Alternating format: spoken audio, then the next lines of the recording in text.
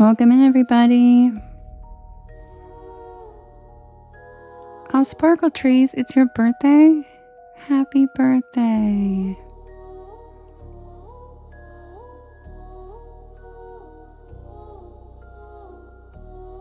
Yes, Angela, splashing.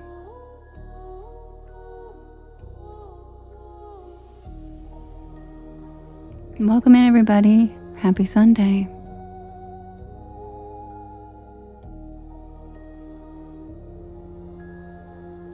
Hi, James. Hi, Justin. Hi, Lisa. Hi, Catherine. Hi, Michelle. Hi, Laura. Hi, Eric. Hi, Lady Rose. Hi, Cable. Hi, Ivy. Hey, Jennifer. Hi, Wookie. Hi, Rabbit Hole. Happy Sunday, everybody. Hi, Grim. How was everybody's weekend?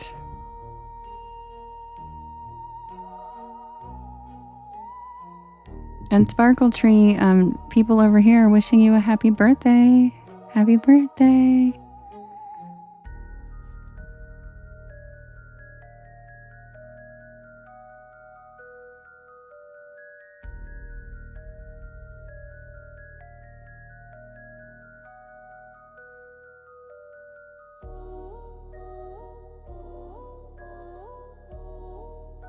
Hi, Ashley. Wookie said meh. Me too. Oh, that's good, Shaquila. I'm so glad. Hi, Steph.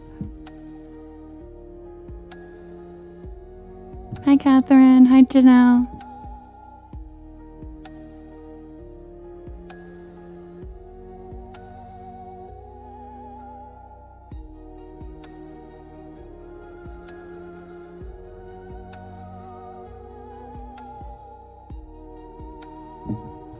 Sparkle, do you have a story that you would like to have put on the poll? And a bunch of the porch pals over here say they will vote for it for you. Because Sparkle Tree is on T-Witch, by the way, guys. But she is one of my faithful and only watchers on T-Witch. And welcome into everybody who's watching on YT as well. Happy Sunday. If you're new here, welcome in. My name is Devin, and this is Porch Lore, and I tell spooky bedtime stories to help you relax your nervous system and fall asleep. And don't worry, Sparkles, the diner one we tell every night, so no matter what, you'll hear that.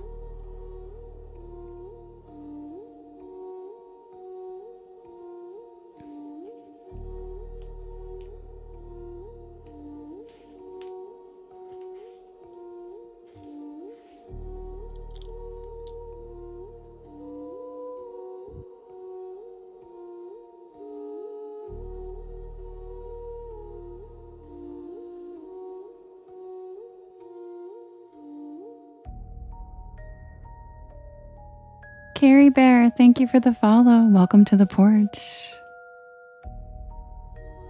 Welcome in, everybody. And if you could do me a big favor, if you could hit that share arrow in the bottom right-hand corner, if you're on TT, there's a yellow circle with two arrows chasing each other that says repost.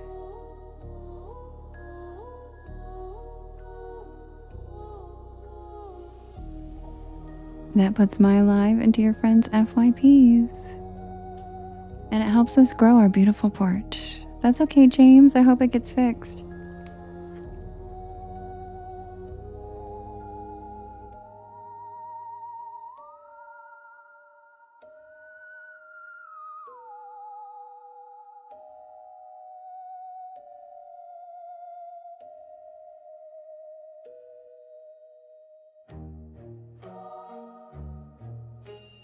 Yum, Sparkle Tree.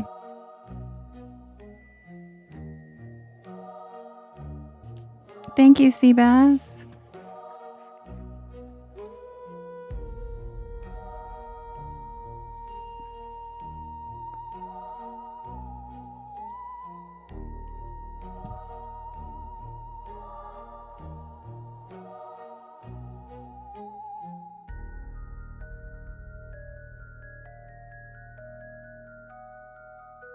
Bo, yes, these are all my own stories.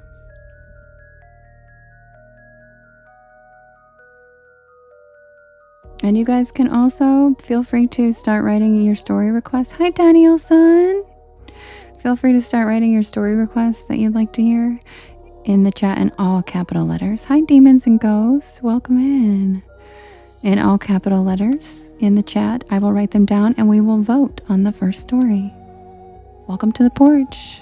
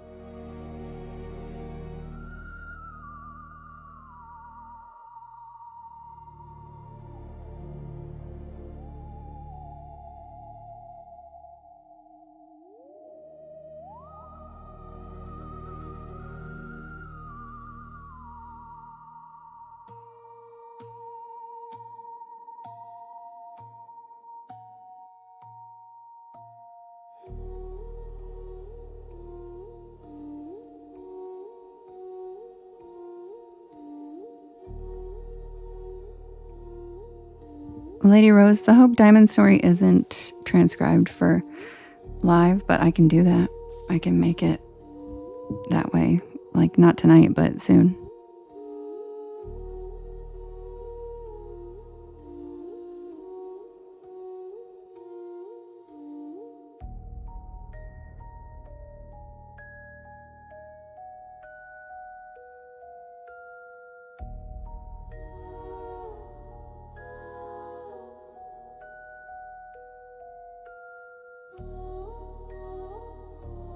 Oh, it's called The Curious Camera, Michelle?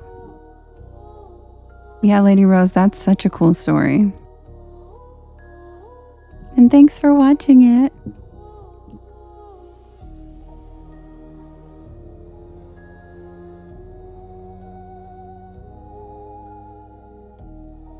Is that your request, Michelle? Hi, Tom. Hi, Lisa. Oh, La Lechusa? Okay.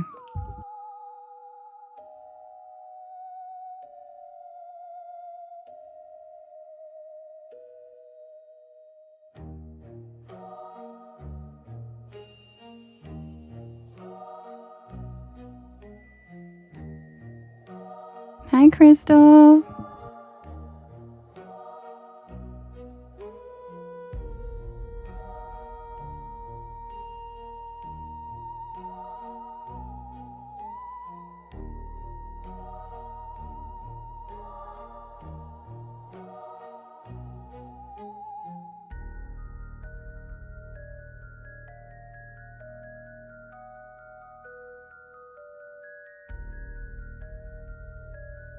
Hi, Sandy.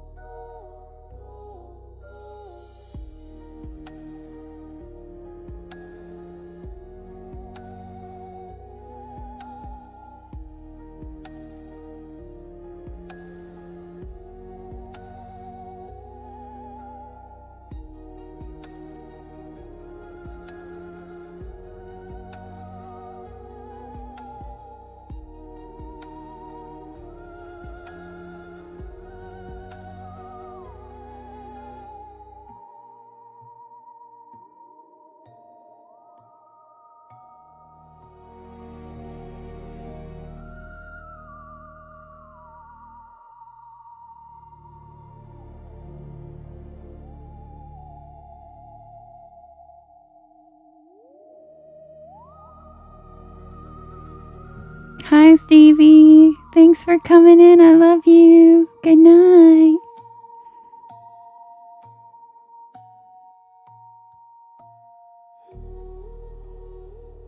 Oh, you did, Lady Rose? I'm glad you didn't touch it.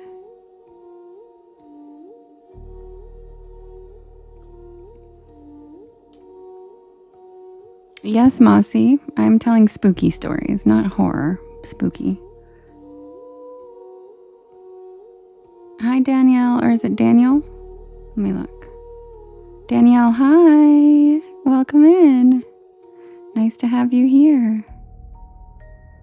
Happy Sunday, everybody. If you're new here, my name is Devin, and this is Porch Lore. And I tell spooky bedtime stories to help you relax your nervous system and fall asleep. And I am here every single night at 10 p.m. Eastern Standard Time until about 1 in the morning. Aw, Stevie, thanks. He's so cute. Thanks. Love you. Thanks for coming in. I miss you. I do write and record all these stories myself, so if you'd like to listen to them, they are all available on my YT channel, as well as all of the podcast streaming sites. Hi, Heidi. Hi, Julie.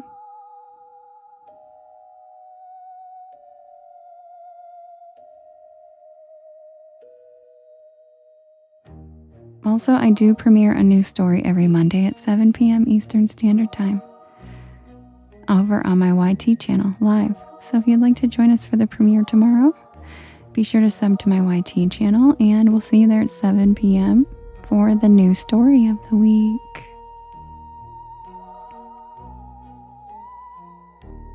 All right, and I have the first poll ready for us to vote. We have the Bell Witch. We have the Chupacabra, La Lechuza, Footprints on the Lake, and the Dream Machine, which is a reworking of Are You Afraid of the Dark? And you can vote in the blue box in the top left-hand corner. Who's it gonna be? We have the Bell Witch, the Chupacabra, La Lechuza, Footprints on the Lake, and the Dream Machine. Hi, Lorna.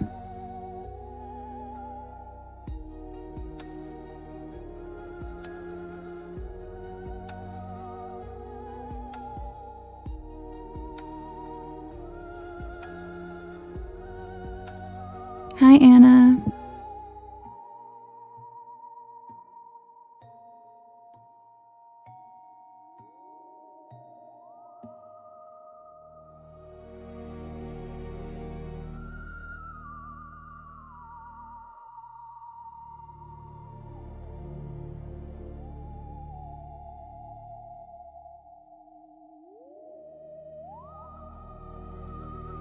Hi, Kylie. Yeah, welcome in. My name is Devin, and this is Porch Lore, and I tell spooky bedtime stories to help you relax your nervous system and fall asleep. And I'm here every single night at 10 p.m. Eastern Standard Time until about 1 in the morning. And I write all these stories myself, and I record them, and they are all available to fall asleep to or listen to whenever you would like on my YT channel, the Tube of You, as well as all of the podcast streaming sites. So right now, what everybody's doing is they're voting on which story they want me to read first. Because people submit their requests in the chat, and then I write them in the poll, and then we vote, and whichever one wins. And yes, they are based on actual true encounters. They have not all happened to me, and I do write them in first person. You vote in the blue box in the top hand corner, but it just ended, so you can vote in the next one. We do about 4 polls, but I write them as if they were my first person encounters, but these are encounters that have been reported by people.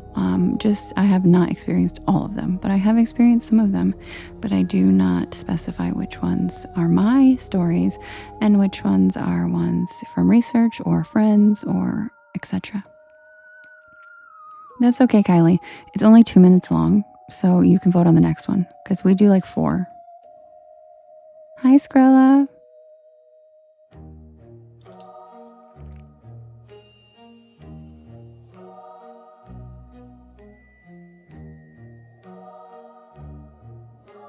All right, and the winner is the footprints on the lake. That actually surprises me. Thank you, Whitney. Thank you, Heidi. And you know what? Catherine, is it you? Have you, Catherine, are you the one that's been asking for this story for weeks?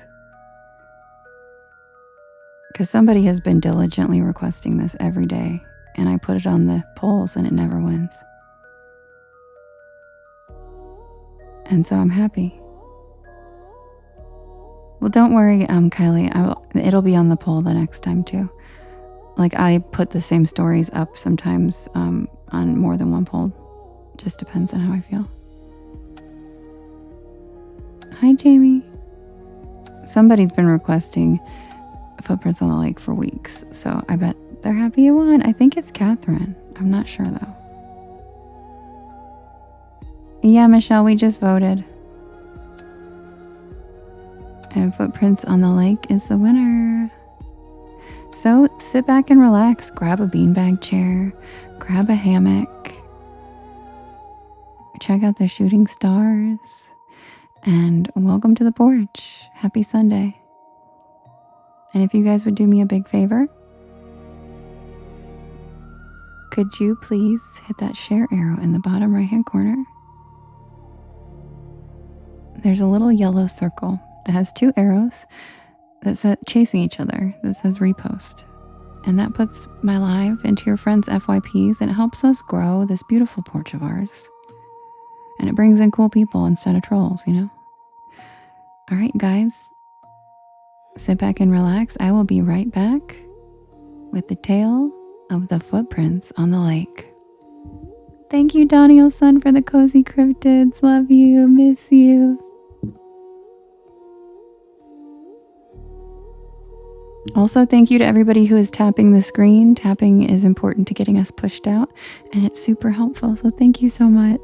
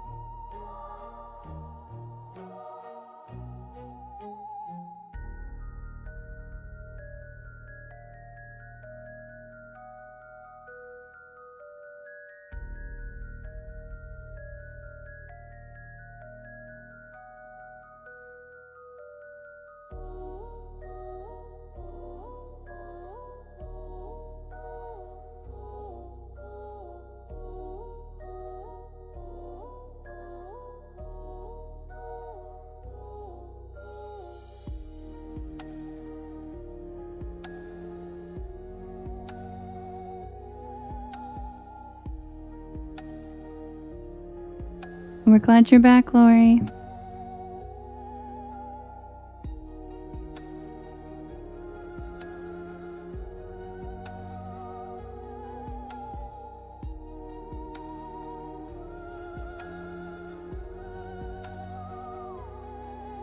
Thank you, Chad. Yes, I do have a lot of really fun merch, cryptid stuff, koozies, like pint glasses, all kinds of fun stuff. Swim trunks, scrunchies, mouse pads.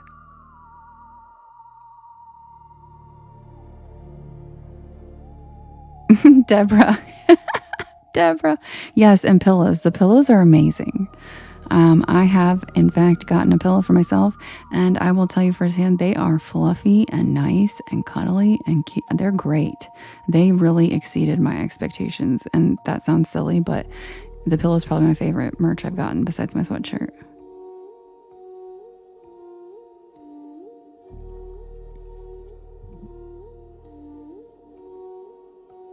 T-Bear, it might just be your phone. Swipe out and come back in.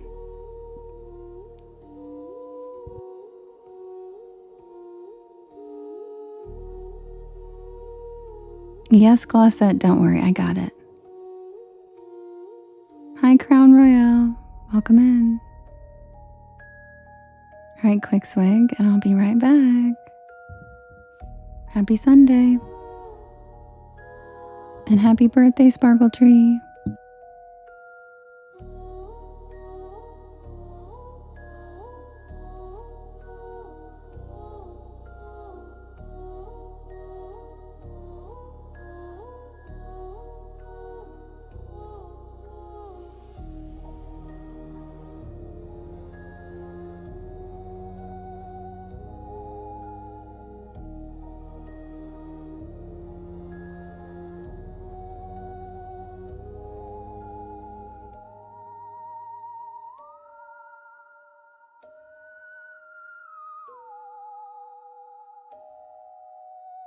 Oh yeah, Tony, thanks for the reminder. I'll tell you after this story for sure.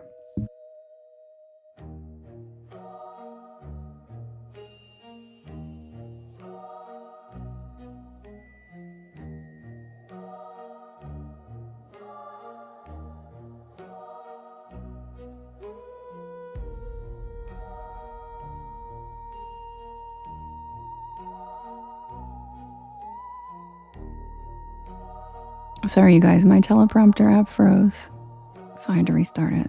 Give me 1 sec. Hi, Pixie.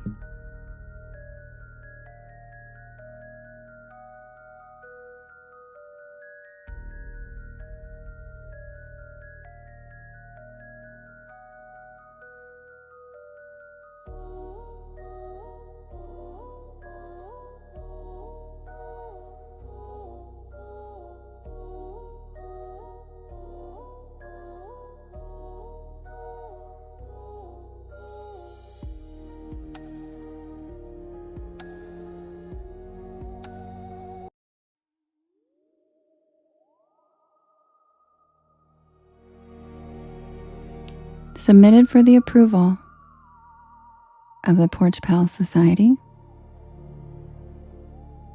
This is the tale of the footprints on the lake.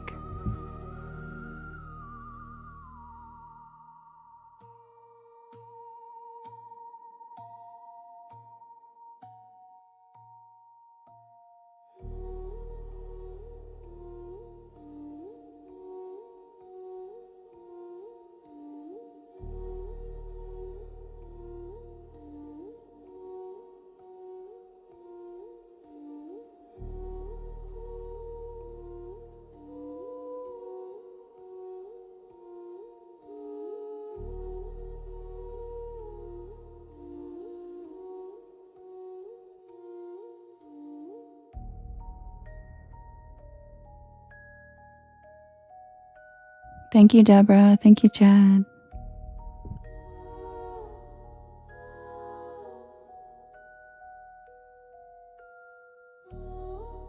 The cabin sat at the edge of a frozen lake, cradled by dense forest. Hi, Ian. That seemed to stretch forever. Megan had found the place online. An old hunting lodge advertised as a peaceful winter getaway. She needed the solitude, a break from the grind.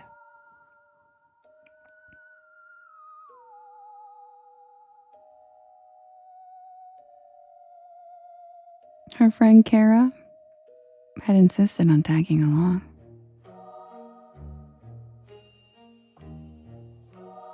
When they arrived, it was even more remote than Megan had expected.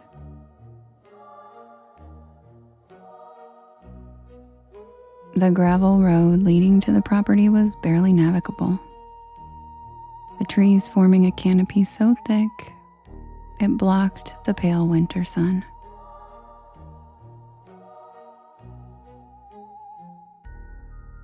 The lodge itself was solid but weathered. 2 stories of dark wood and narrow windows, its exterior streaked with frost.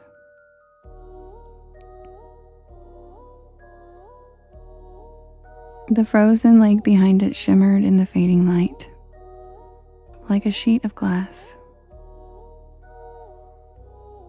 The owner, an older man named Arthur, met them in the driveway to hand over the keys. He warned them about the storm expected that evening and said it wasn't unusual for that time of year. He warned us just to stay inside if it got bad, because the snow can come down fast out here.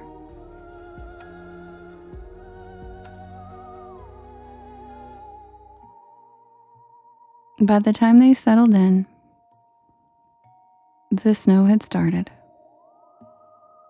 The lodge was charming in a rustic way, with a stone fireplace and heavy beams overhead. Large windows framed views of the lake and the encroaching forest, which seemed much closer now that the light was fading.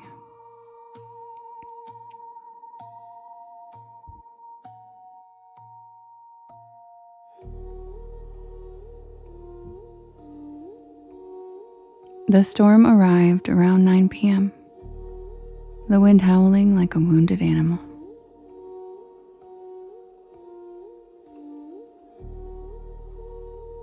They built a fire, its warmth barely cutting through the chill that seemed to seep through the walls. Megan tried to focus on the book she'd brought, but her eyes kept drifting to the windows. The snow was coming down in waves, the lake and trees disappearing into a white void. Kara said she was going to grab another blanket and she headed upstairs. Megan sat alone listening to the wind rattling the windows. And she told herself it was just her imagination, but she couldn't shake the feeling that the lodge wasn't as empty as it seemed. Her eyes flickered to the staircase every few seconds, waiting for Kara to return. And when she finally did, something was off. Kara's face was pale, and her movements were stiff as she placed the blanket over Megan's shoulders. And she said, "There's something weird upstairs." Megan's heart sank. "What do you mean?" "There's a door at the end of the hall. I didn't notice before. It's locked. But there's something behind it. I heard scratching." They both laughed nervously, trying to play it off as nothing, but neither of them went back upstairs. Later, as they sat in uneasy silence by the fire, there was a knock at the front door. It wasn't tentative, like someone caught in a storm seeking help. It was deliberate, heavy, rhythmic. Megan froze, her eyes locking with Kara's. They waited there, breathless, as the knocks continued, each one louder than the last. "We're in the middle of nowhere. Who the hell would it be?" Kara whispered. Before Megan could answer, the knocking stopped. She finally approached the door cautiously, her hand trembling as she reached for the knob. When she opened it, there was no one there. Just the storm, the swirling snow, and the faint outline of footprints leading away from the porch.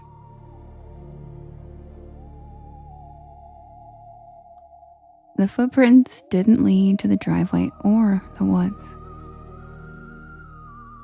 They went straight across the frozen lake, disappearing into the storm. Megan slammed the doors shut. They locked the doors and windows, barricading themselves in the main room.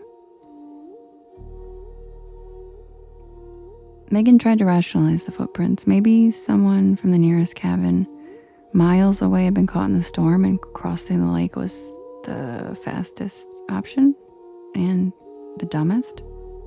But why knock and leave without a word? Going across the lake seemed reckless.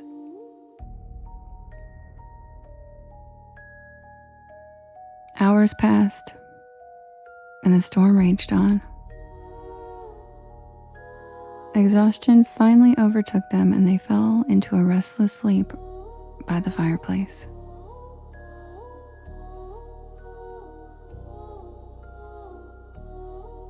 When Megan woke, it was still dark.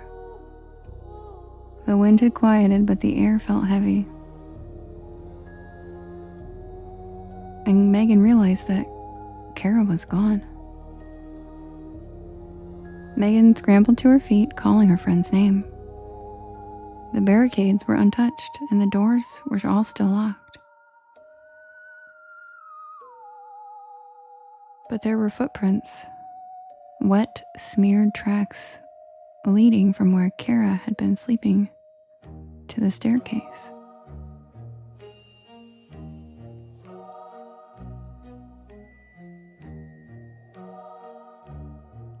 Megan grabbed the poker from the fireplace and she followed the trail upstairs. The hall was dim, the only light coming from the open hatch in the ceiling that had not been open before. A faint breeze drifted down from the attic. "Kara?" she called, and a muffled noise came from the other side of the locked door at the end of the hallway. The scratching Kara had mentioned was louder now. Megan tried the knob, but it wouldn't budge, and the scratching stopped. And then came a voice. It wasn't Kara's. The words were garbled. Megan backed away from the door, her grip tightening on the poker. And then she heard footsteps coming from the ceiling, directly above her. Slow and deliberate. They moved toward the hatch. Megan's breath caught as a pale hand appeared, gripping the edge. The fingers were long and thin, and the nails were jagged. A face followed, emerging. It was Kara's face. But it wasn't Kara. The eyes were too wide, and the mouth was stretched into a grin that was terrifying. Then she dropped from the ceiling with impossible grace, landing silently on the floor. She tilted her head, studying her. And Megan ran. She didn't look back as she fled down the stairs, throwing open the front door and plunging into the snowstorm. The cold stole her breath as she stumbled toward the lake, her boots crunching through the fresh snow. The lodge disappeared behind her, swallowed by swirling white.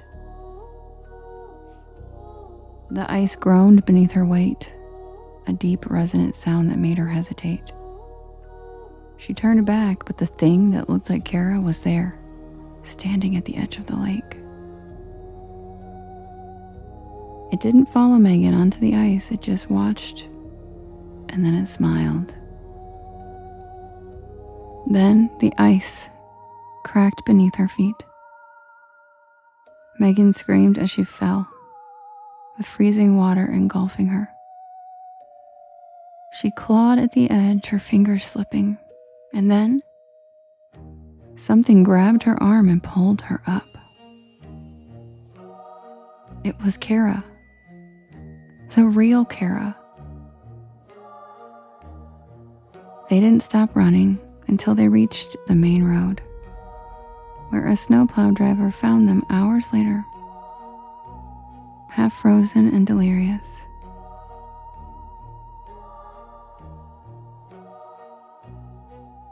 They told him about the lodge, about the thing they'd seen.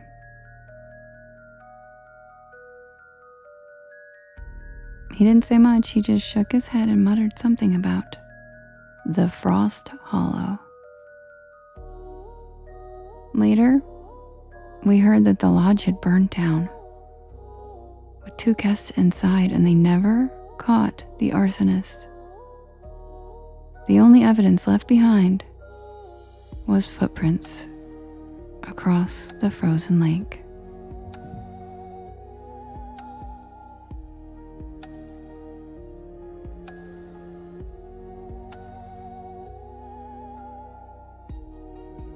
And that's the tale of the footprints on the lake.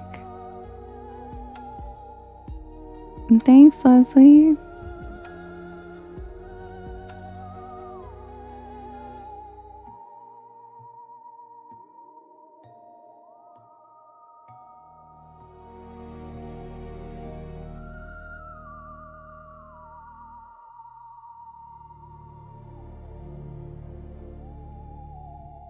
Welcome in, everybody.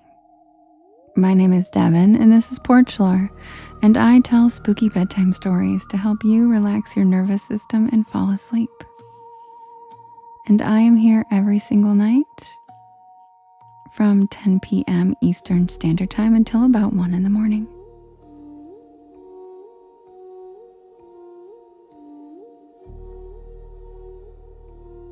Thanks, Lorna. You got yard of the month. Way to go, Leslie. And why am I not surprised? Your yard is beautiful. Absolutely beautiful. Thank you, Mom Tomboy. All right, you guys. I will set up the next poll for us to vote. And then I'll be right back. Happy Sunday. And welcome to the porch.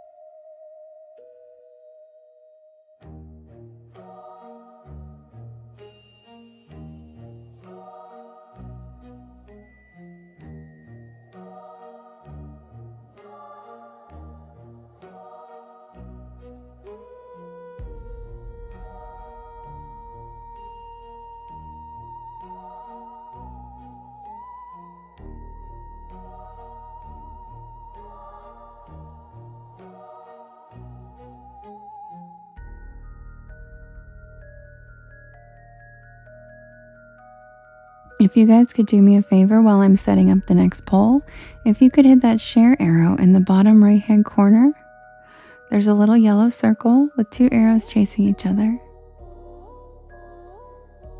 This says repost, and that puts my live into your friends' FYPs, and it helps us grow this beautiful porch of ours.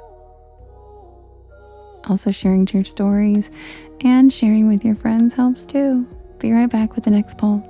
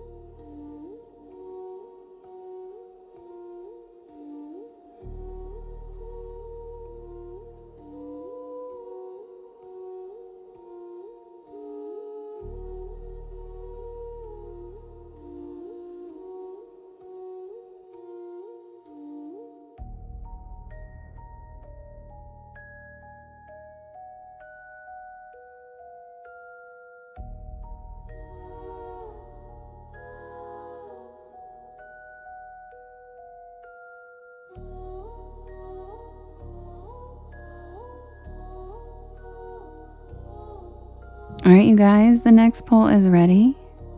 We have the Bell Witch versus the Curious Camera, which is an Are You Afraid of the Dark reworking.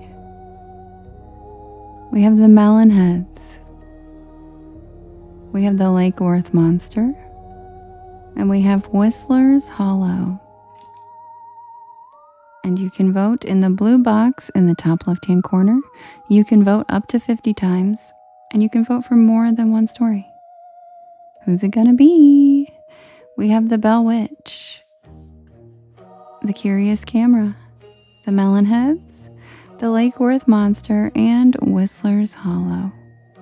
And thank you for the follow, Tamara. Welcome to the porch.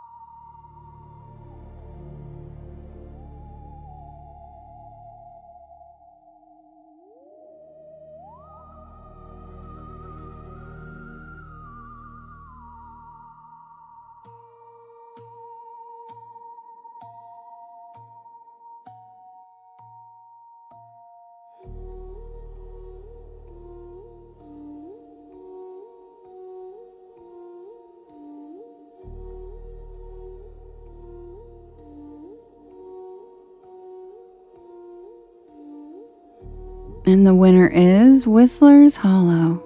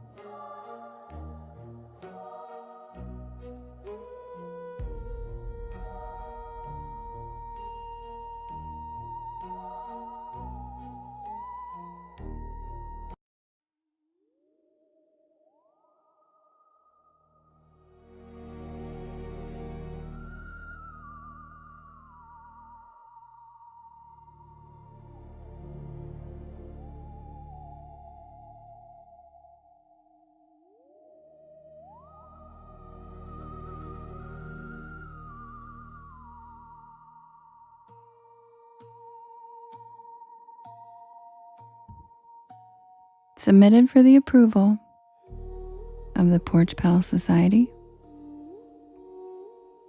This is the tale of Whistler's Hollow. Thank you, Crystal. Thank you, Whitney. Thank you, Lily.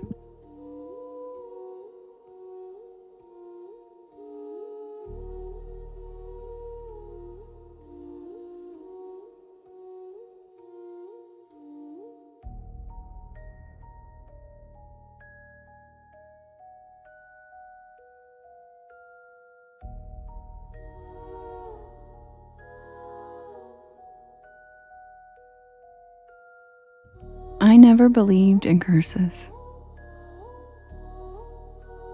Not until I worked the ridge above Whistler's Hollow. That's what the locals called it.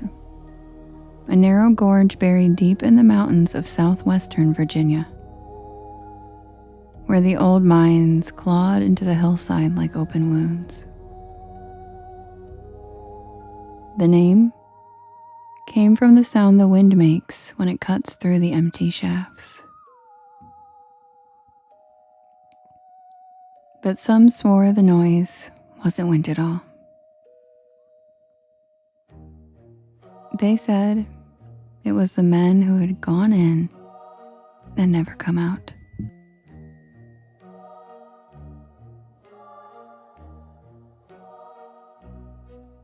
I arrived there in early autumn, when the leaves had just begun to turn copper and rust.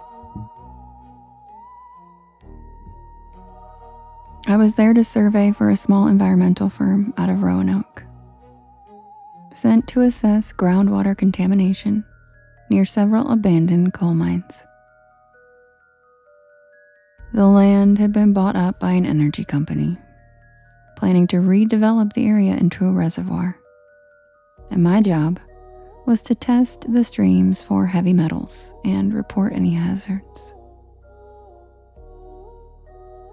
My friend Stevie lives in Virginia, and she loves outdoor adventures just as much as I do.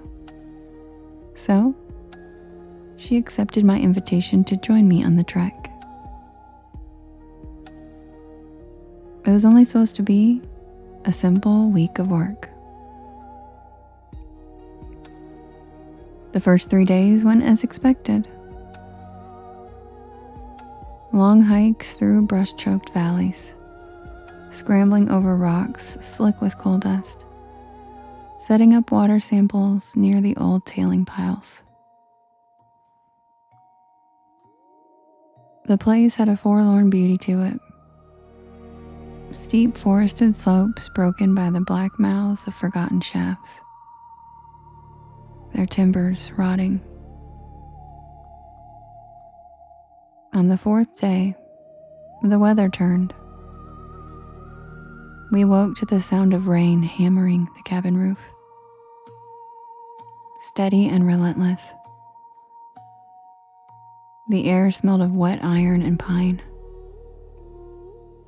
Our equipment was packed and ready, so we figured we'd brave it anyway. Stevie loaded the truck as I grabbed my maps, and we headed toward the ridge where the oldest workings were marked. By noon, the rain had slowed to a mist, but fog clung low to the trees.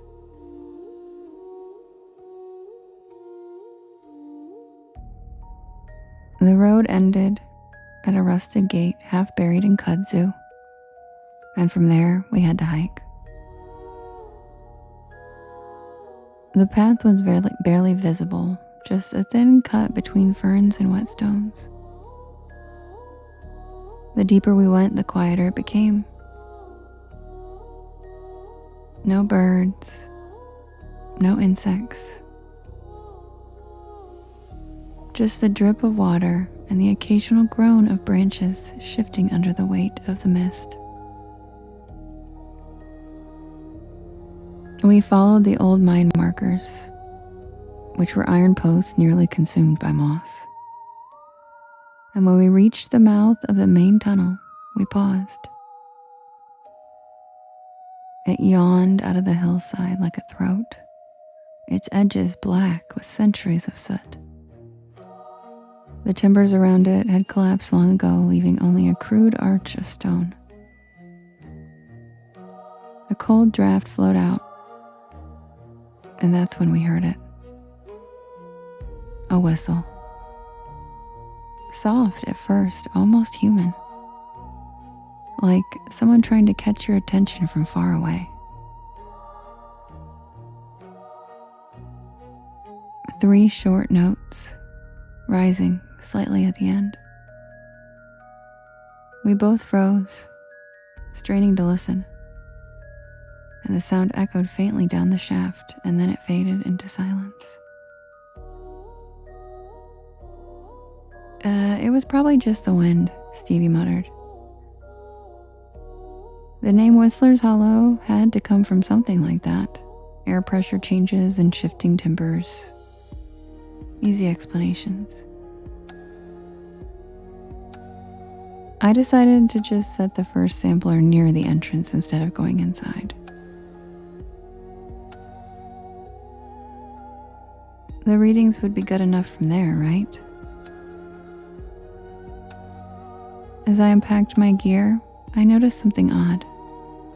Footprints. They were faint, nearly washed away from the rain. But unmistakable. They were bare feet, small and childlike, leading toward the mine.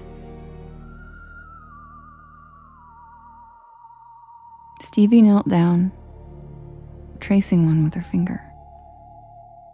And then the whistle came again. This time from behind us.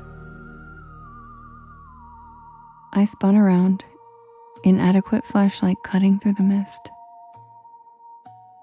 But there was nothing there. Only trees slick with rain.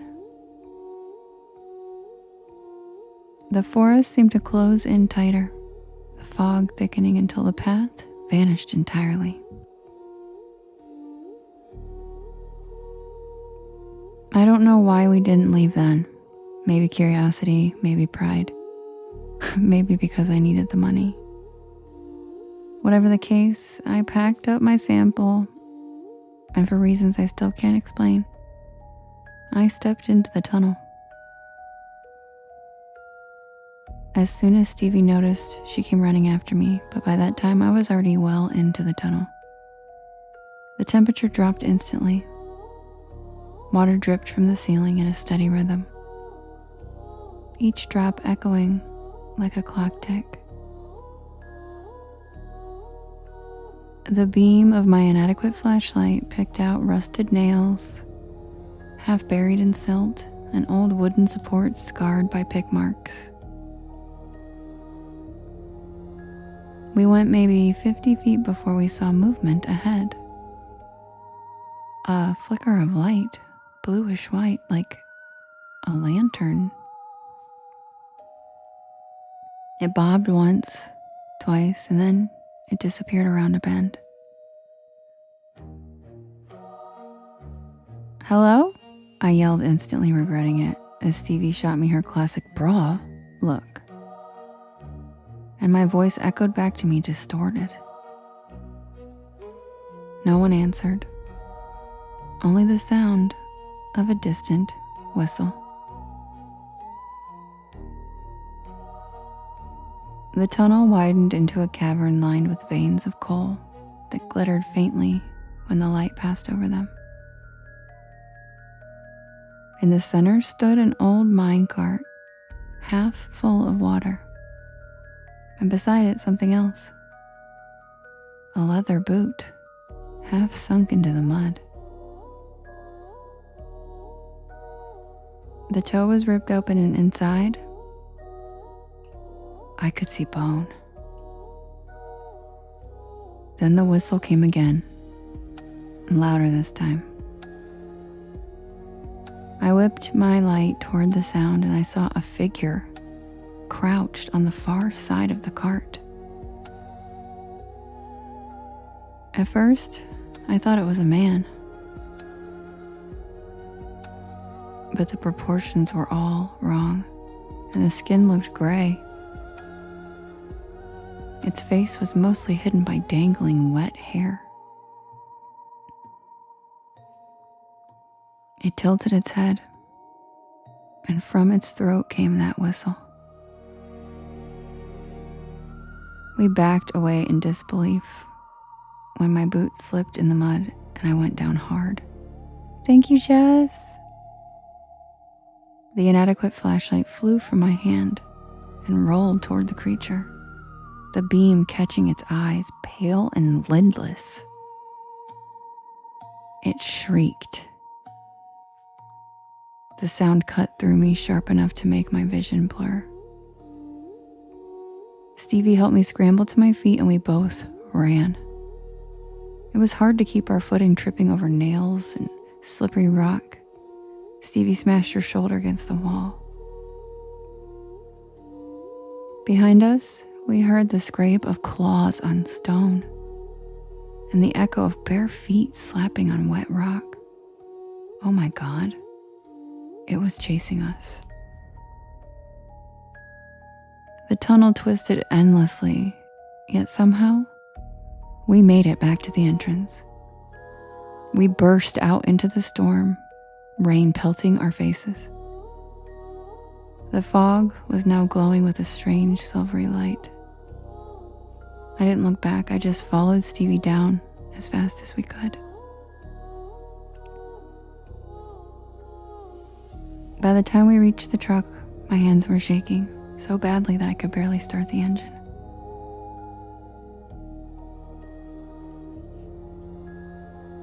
When I did, the headlights flashed across the slope, and there it was again.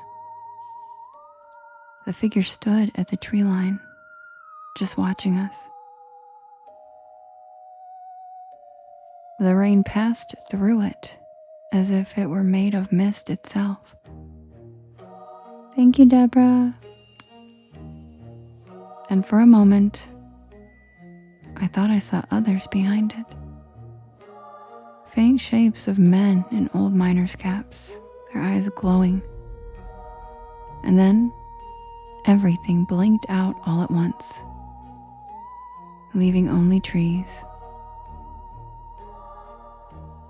We drove straight back to town, and we checked into the first motel we could find. That night, Stevie said she dreamed of tunnels.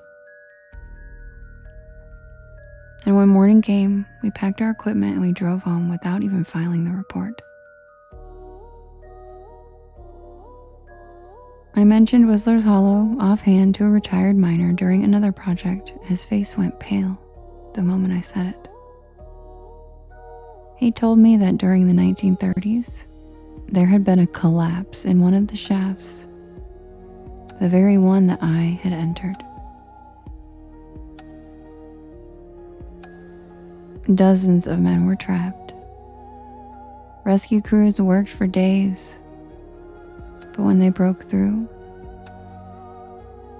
they found no bodies. Only tunnels filled with fresh coal dust and the sound of faint whistling coming from deeper underground. They sealed the mine after that, but the whistling never stopped. People heard it drifting through the hills for years. They said those miners were still down there, changed by the weight of the earth and the hunger of the dark.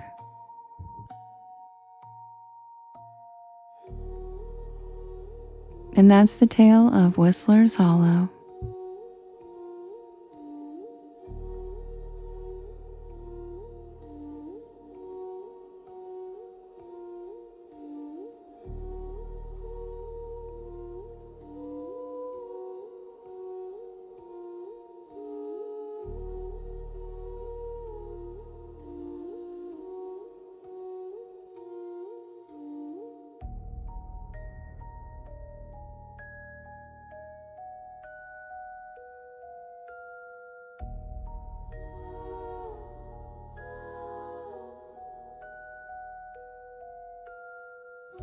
Welcome in, everybody. If you're new here, my name is Devin, and this is Porch Lore. And I tell spooky bedtime stories to help you relax your nervous system and fall asleep. And I'm here every single night at 10 p.m. Eastern Standard Time until about 1 in the morning. I do write and record all of these stories myself, and you can listen to them anytime you want when I'm not live on my YT channel or any of the podcast streaming sites. Thank you, Lily. Thank you, Langley. Thank you, Crown Royal. Thanks, Lily. I also premiere a new one of these every Monday, tomorrow, at 7 p.m. Eastern Standard Time, live on my YT channel. So feel free to join us tomorrow for the new story of the week. I'm going to set up the next poll for us to vote, and I'll be right back. If you guys could do me a big favor while I'm setting up the next poll, if you could hit that share arrow in the bottom right hand corner. There's a little yellow circle with 2 arrows chasing each other that says repost. And that puts my live into your friends' FYPs, and it helps us grow this beautiful porch of ours. It also brings in cool people instead of trolls. Also, feel free to hit the share arrow and share it to your stories. Share it with your friends. Also, thank you to all of the tappers out there tapping on the screen throughout the night. It does help so much more than you realize. Also, Seashell, you sent your first gift. Thanks. Oh. I will be right back with the next poll for us to vote for the next story. Happy Sunday and welcome to the porch. Yeah, Michelle, they did. Where have you been? It's been like that for, I think, over a week now.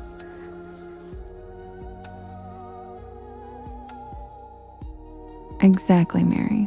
Also, thank you to everyone who writes keywords in the chat throughout the night so we can talk about whatever we want. It helps the AI that scans the chat about every 10 minutes and tries to categorize us. It helps it figure out what this live is about. So words like, are you afraid of the dark? Goosebumps. Oh my God, Michelle. You just noticed, that's so cute. Skrilla, thank you for the dinosaur. I love that brontosaurus. Michelle, you're so cute. I love the face you used. Thank you, Skrilla.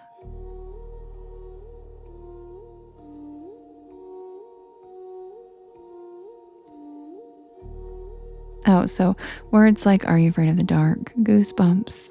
Paranormal, supernatural. Mothman, Goatman, Sasquatch, Bigfoot. Storyteller, ASMR, anything like that helps the AI figure out what we're about. Daniel-san, thank you for the cozy cryptids. And Gigi, thanks for the cozy cryptids. You were just talking about Bigfoot. Perfect. I will be right back. Hi, Jersey Chick. I'll be right back with the next poll. I'm so glad Forever Young. Welcome in.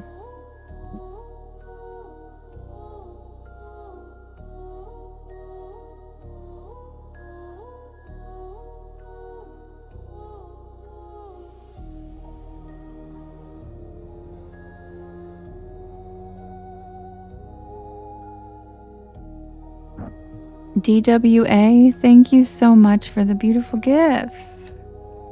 Thank you, DWA. And thank you, Snook Girl. Thank you, guys. Hi, Quintos. Happy Sunday, everybody.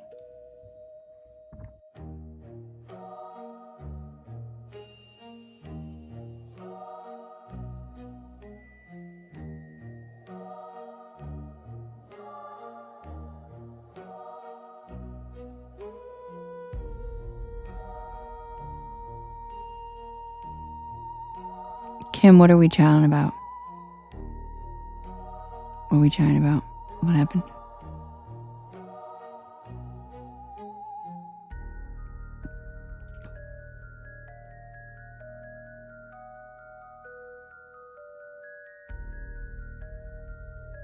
Hi, Tanya.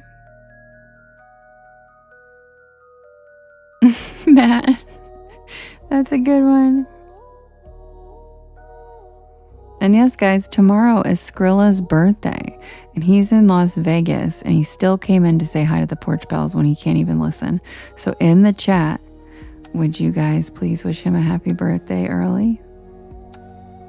Uh-oh, Kim said incoming. What?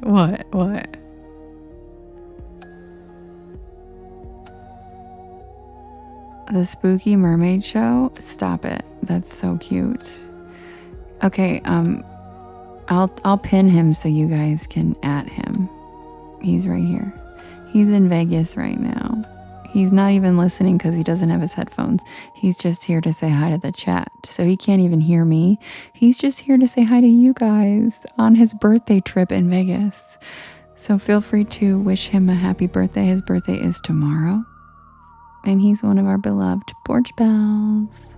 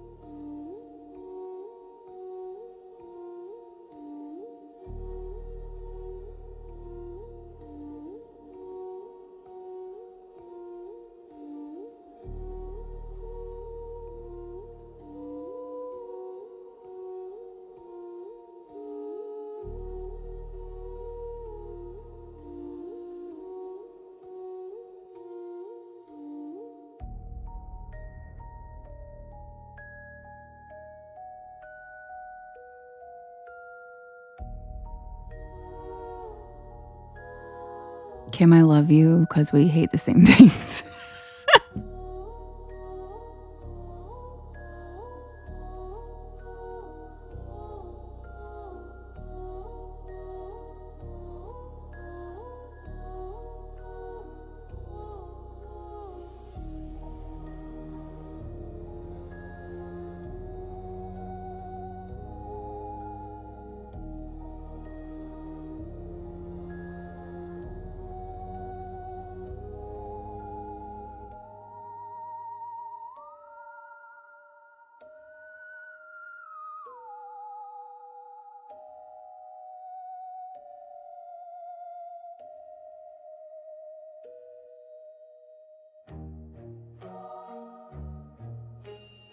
Oh, look at Skrilla being cheesy.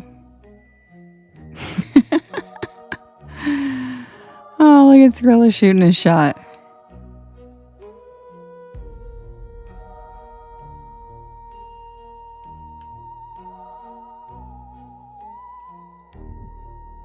And easy being cheesy.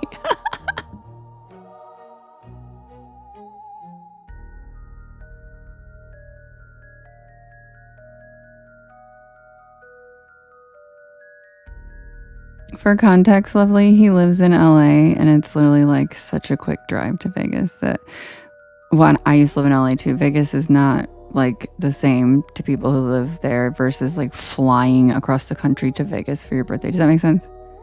Thank you for the jellyfish, Skrilla. And the oranges.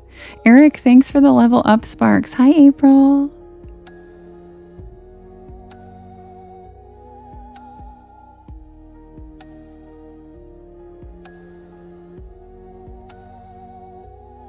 Thank you, Cable. I think that because I spent so much time there in my 20s that like, but that's why like to people who live close to it, it's not the same thing as like to people who live like where Lovely is in New England. It's so far away and it seems really cool. You know what I mean?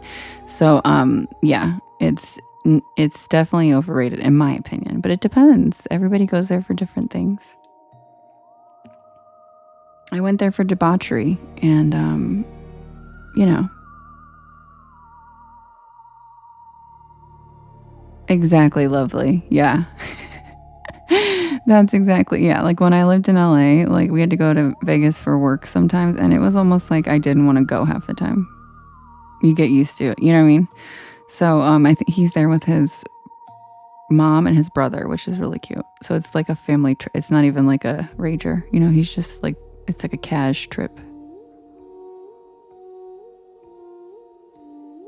It's a 3-hour drive. Next year, I will be celebrating at the real porch. See, so he is listening. He can hear us. Hi, Lola. I love you. We miss you so much. You went to college and you went to UNLV? You went to UNLV? No shit. Some of my best friends from LA went there. That's amazing.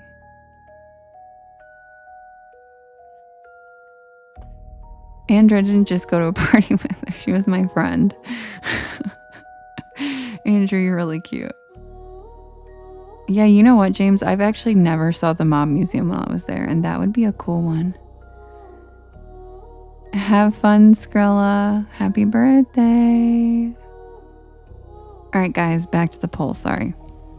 Just thought we would... He came in to say hi to you guys, and I thought it would be nice if we wished him a happy B-Day. Thank you, Tina. Thank you, Akaro. You went to UNC Charlotte. I went to UNC Greensboro. How about that, Chad? I'm from the Piedmont Triad.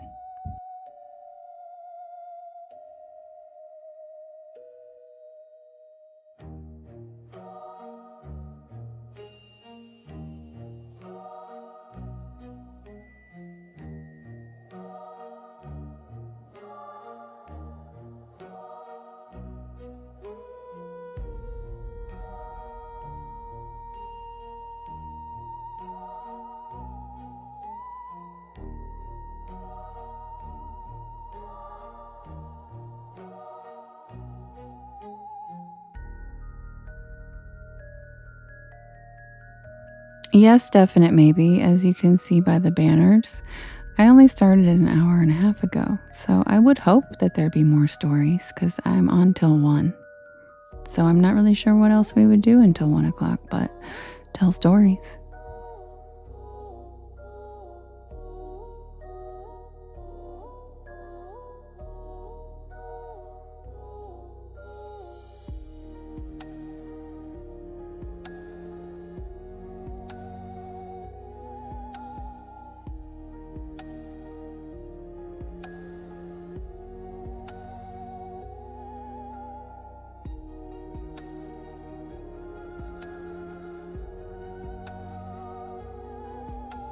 Lola, it's your birthday? What? What? You guys, it's Lola's birthday. Oh yeah, I'll tell my cheese story when I set up the next poll. You guys, it's Lola's birthday. Happy birthday, Lola. I love you. Hi, Down Nola. Welcome back. White Girl, thanks for the follow. Welcome to the porch. Happy birthday, Lola.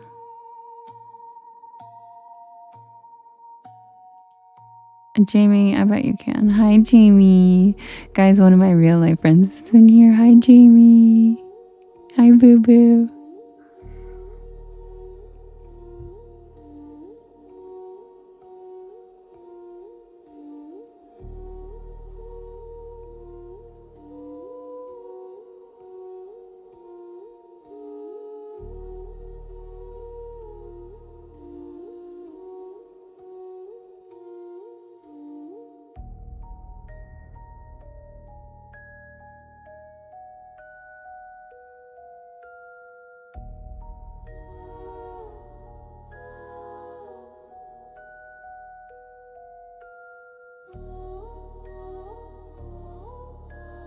All right, you guys.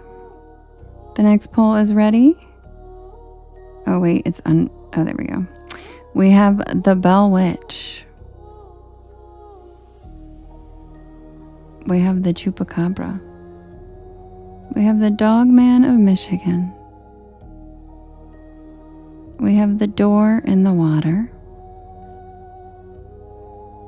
And we have the Twisted Claw. I would just like to point out that we have 3 porch pals whose birthdays are right now. That's pretty crazy. Got a lot of Geminis in the porch. I don't hate it. I'm a Gemini moon. All right, so you can vote in the blue box in the top left-hand corner. And you can vote up to 50 times, and you can vote for more than one story. Jamie, you're so silly. It's about selkies in Ireland. But also, I am honored that you guys have come to the porch on your birthdays. So thank you so much for spending your birthdays here on the porch with us. I feel like that says something. So happy birthday to all our porchies tonight. There's at least 3 of you in here right now, which is really cool. So happy birthday.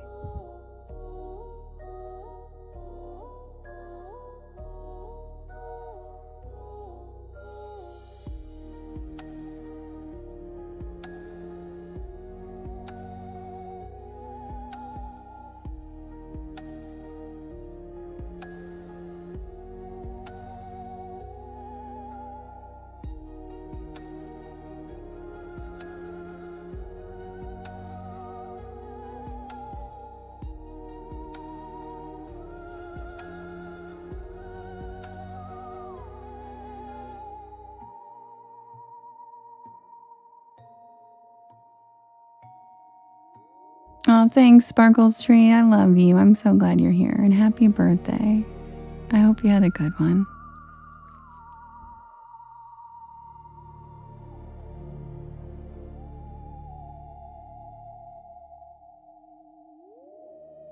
Rich, thank you for the level up, Sparks.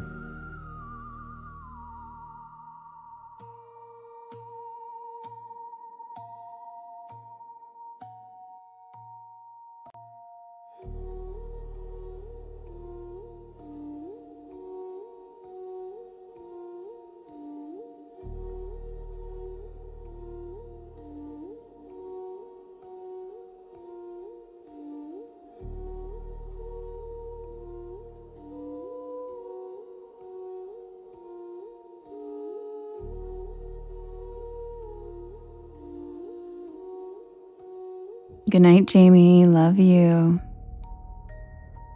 All right, guys. The winner is The Tale of the Twisted Claw, which is an Are You Afraid of the Dark reworking.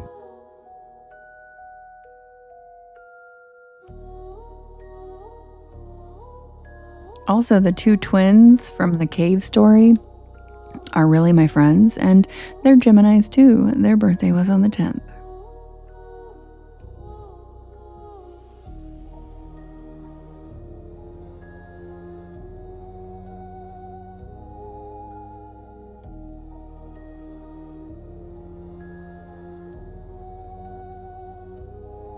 Are you Mary? I am a Gemini moon.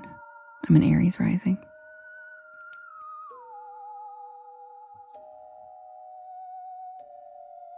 Happy belated, Crazy. Hi, Porch Lady.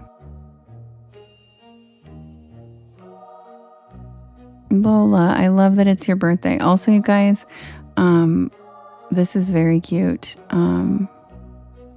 Where'd it go? Rich sent me a level up Sparks cake, and I said, thanks, Rich. And he said, it's like a birthday cake for everyone. I think he meant everyone. So that's really cute. He sent you guys a birthday cake. Thanks, Rich. William, thank you for the follow and welcome to the porch.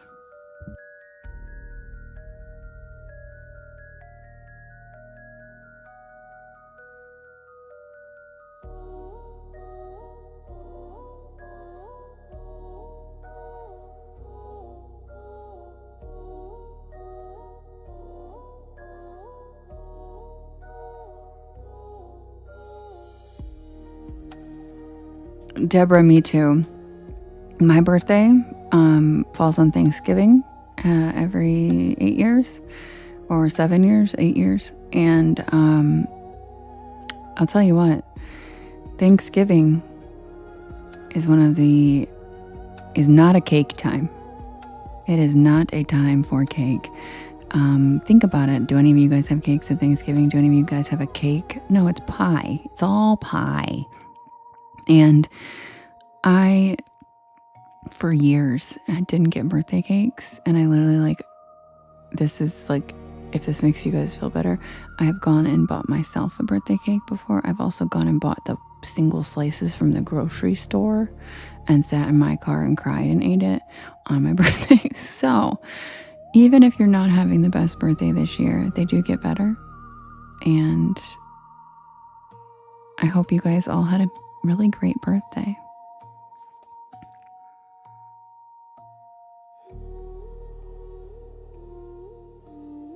Yeah, see, Thanksgiving's for pies, and it sucks.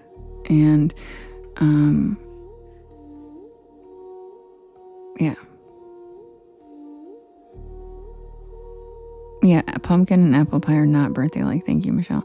Plus, I'm like a super friend. Like, my friends are very, very, very important to me. And I don't do it for like anything in return, but I will say that like the one time a year where like, you know, my friends who aren't like as involved and engaged usually, and I'll tell you, having your birthday the week of Thanksgiving, guess what? Everyone forgets my birthday. Like literally even like my best friends my whole life, because they're so busy and they get so caught up in the hoopla of Thanksgiving week and all that my birthday gets forgotten every year by like someone that's a huge person in my life, and they don't remember till the next morning, and they're like, oh my god, like, and it sucks. I'm not gonna lie, it's like my one day, because I'm like a give to my friends, and I'm not kidding. Every year people forget my birthday. It's ass. But I changed my birthday this year. Oh, lovely, thanks, you're sweet. A week and a half before Christmas, so you get it, Robin. And I have gotten cake before, Rebecca, when I was a kid and stuff, but in my adult life, not often. Every once in a while, it's not like never, but not often. Yeah, see, Shell, you remembered July 27th. And then my friend, Taylor, who's amazing, surprised me and booked me a plane ticket to visit her in Lake Tahoe for that week. And then guess what? She booked a movie. And I was like, what the fuck? And I haven't seen her in years. And I was like, what the fuck? And so like, I was like, yeah, no problem. But so disappointed. Like, we haven't seen each other in years. She did this as a surprise. We were changing my birthday for that week. And now I'm not going till the last week of August. So I can't decide whether I'm going to make it August 27th now. So it might be August 20th, but I feel bad because my best friend's birthday's like 2 days later. So I'm like, I don't really want to make, you know what I mean? So moving my birthday has not been as easy as I thought it would be.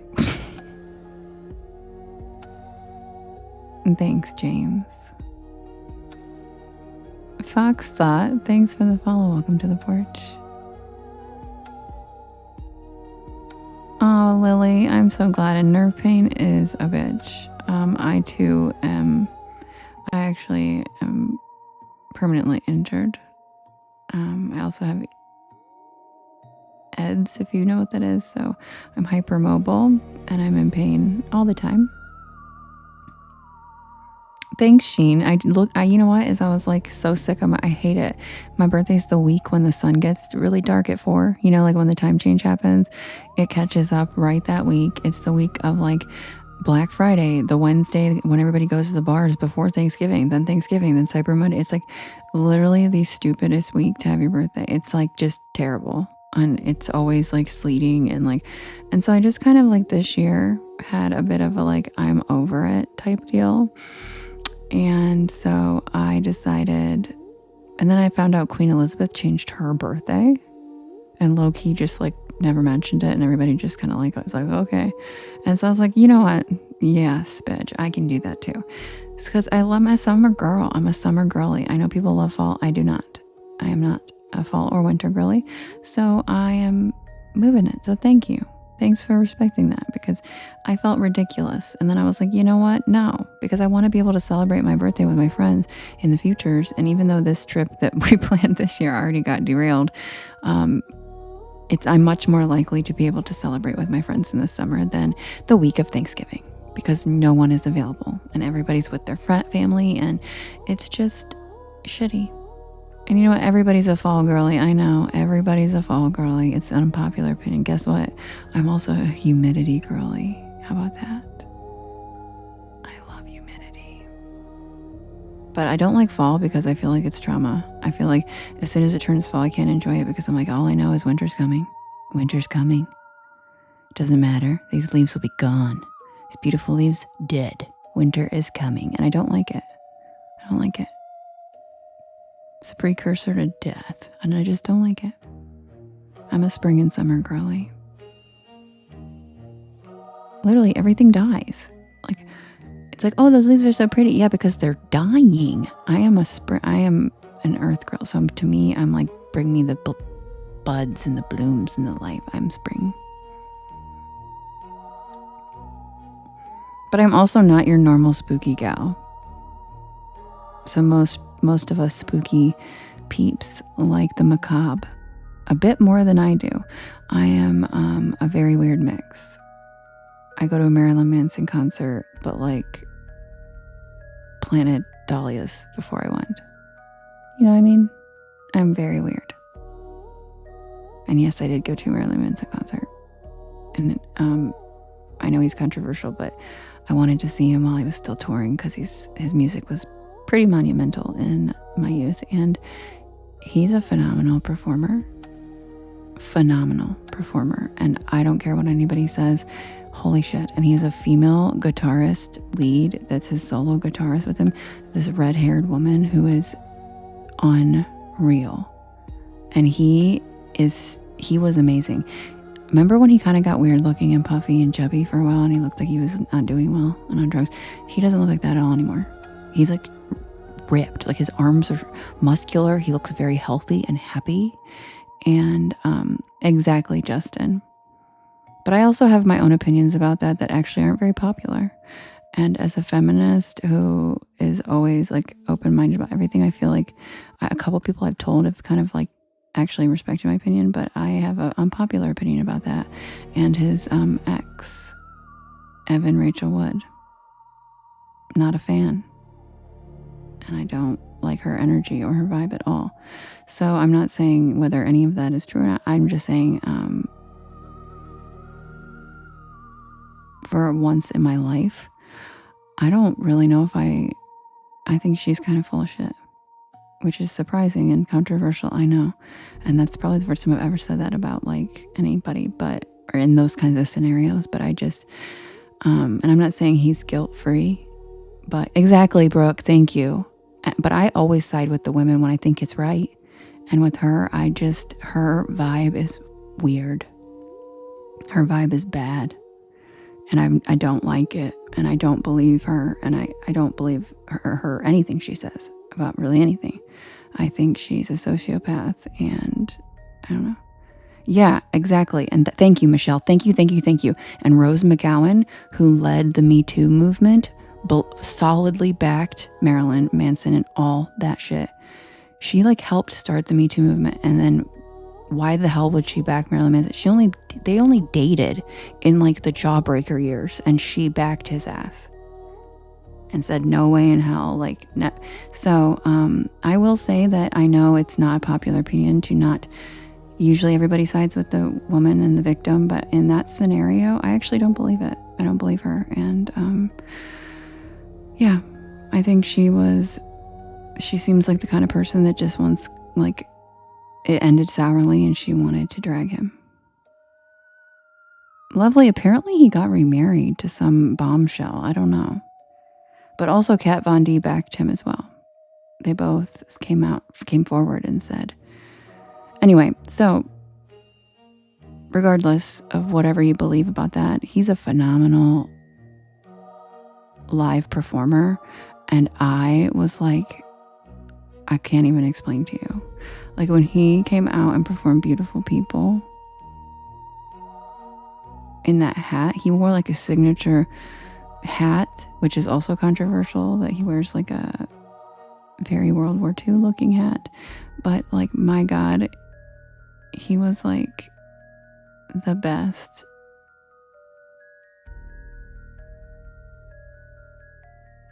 These kids keep talking. What do you mean, lovely? You sound like an 80-year-old woman. These kids, who are these kids talking about? Yeah, that's exactly it. Sheen is like, and like I had an opportunity. We were talking about Marilyn Manson. And here's the thing, my friend, these whippersnappers. My friend had tickets. Her husband didn't want to go. I can't remember why, but she had tickets and was like, exactly, Brooke. I believe him. And that's the thing. He's never been anything but like really unapologetically honest. But the woman, his ex-wife, Evan Rachel Wood. But I will say this, my friend Amanda broke her ankle.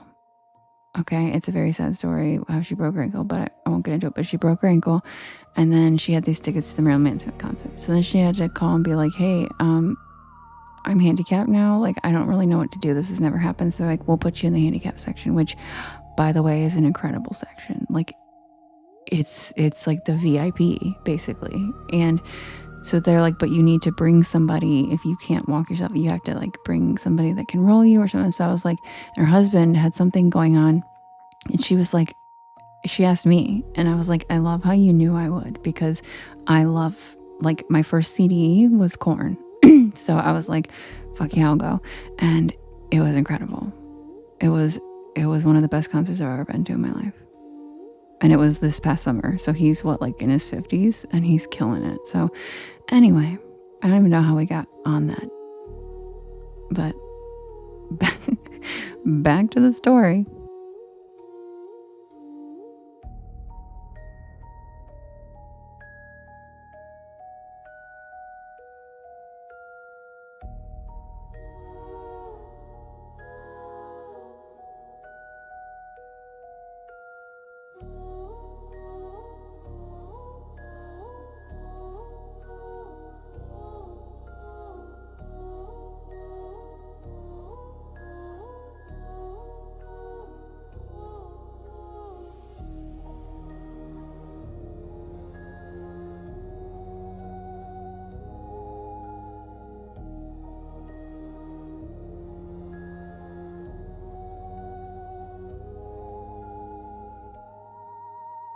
Matt. Oh, Matt, I love you. And yeah, every once in a while, I like to give you guys some random information about me. And I feel like that's another obscure one you wouldn't think, is that I go to like Marilyn Manson concerts. I've also seen the Yin Yang Twins live 3 times. Yep. Hey, little mama, let me whisper in your ear.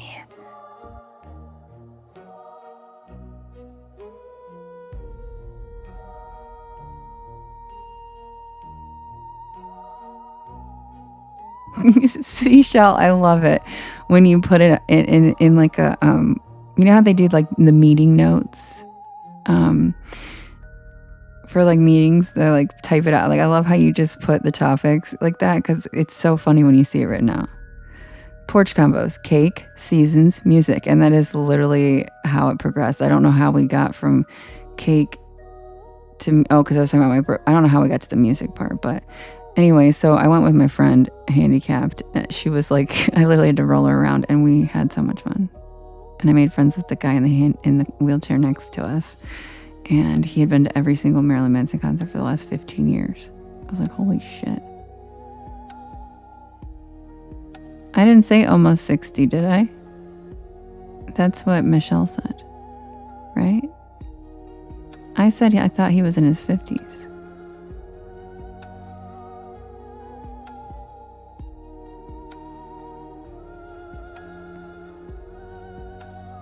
Yeah, 3 times. 3 times, bro.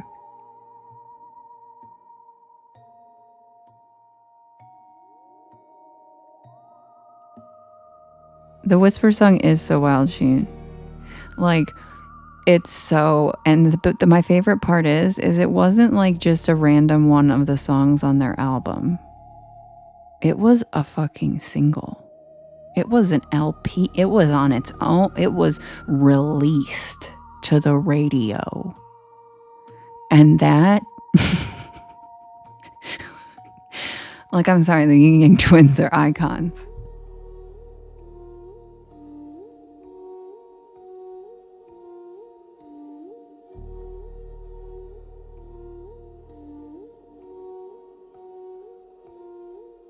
And you know what my favorite part of the whole song is? Wham, wham, wham, wham, wham.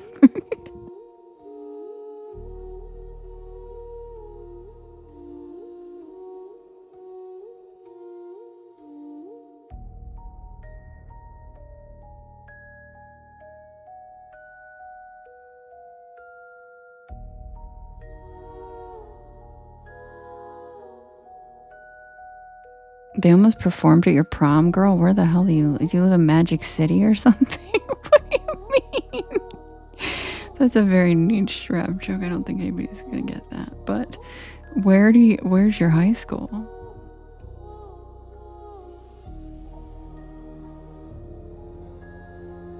Sheen, do it. Do it.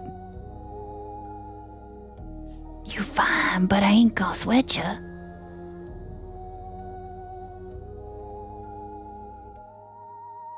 Okay, well, that'll do it. That'll do it. The Omni Hotel in Atlanta will do it. Might as well be Magic City. And if you're from Atlanta, you actually know what I meant when I said Magic City. I literally guessed Atlanta and I was right.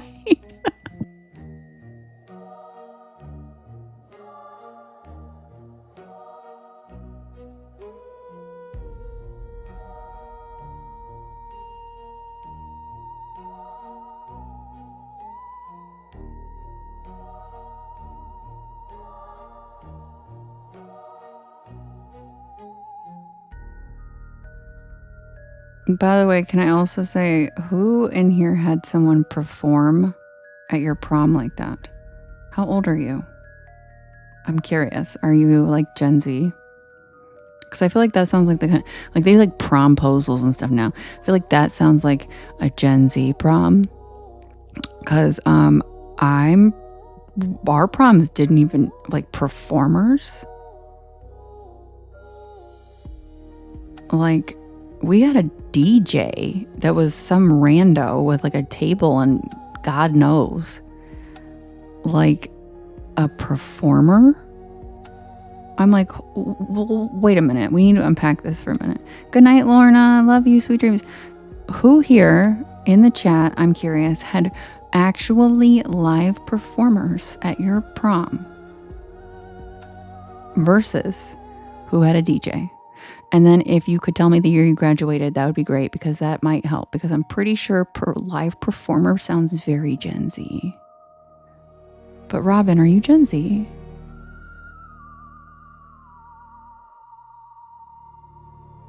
You had a baby. Okay. So no prom for Lovely. Good night, Lorna. We love you. Sweet dreams.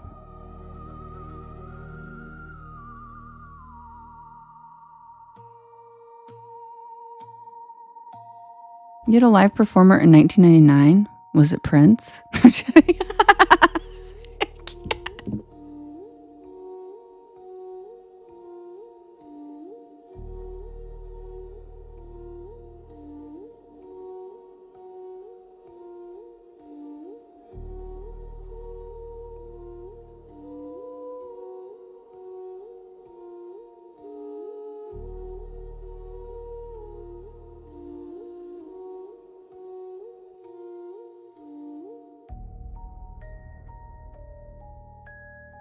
Tactics, class of 2014. What was your prom like?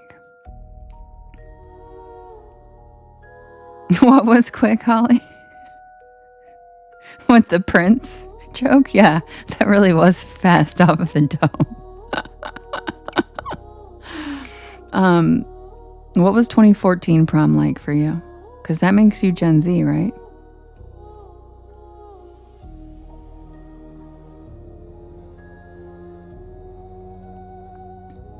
Hi, Colleen. Colleen just wrote salt shaker. Colleen's over here on YT just doing emojis for salt, eyes, and shaka.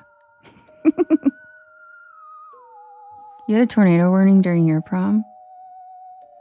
In Tennessee? You're still cracking up about Prince. Thanks, Deborah. I'm glad someone appreciated that joke. I mean, come on. Live performer in 1999, I had to. Because do y'all remember when we thought the world was going to end and we all listened to that song and we thought we were done? Thought that was it. I went to Wrightsville Beach and like we thought it was over. Dunsky.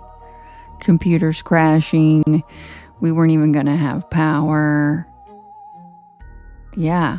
Yeah, girl. What do you mean? Duh, Chezzy. What do you mean? I mean, we weren't like buying the emergency buckets like the Righteous Gemstones sold, but I was 12 or some shit. Like I was young and I remember being like, I didn't know what the hell was going on. It was scary as a kid. Yeah. I didn't know. I was like, what? And then here's the thing. I had never seen the ocean. And we had just moved to North Carolina. And then my parents like separated. It was this whole really shitty time. And so my dad was like, well, you know what we're going to do, kiddo? I'm going to take you to the beach so you can see the ocean. And then I'm like, is he taking me to the ocean because we're going to die? Like, is he like, I want you to see the ocean before you die? Before you're, like, do you know what I mean? Like, it was hilarious, Kim. It was so crazy. Afterwards, we were like, what the fuck, right? But like, I remember being like, wait, this is weird. I've never been to the ocean. Why are you taking me now? Why are we, is the world, and do I need to swim away? Like, because I'm a kid. And I was like,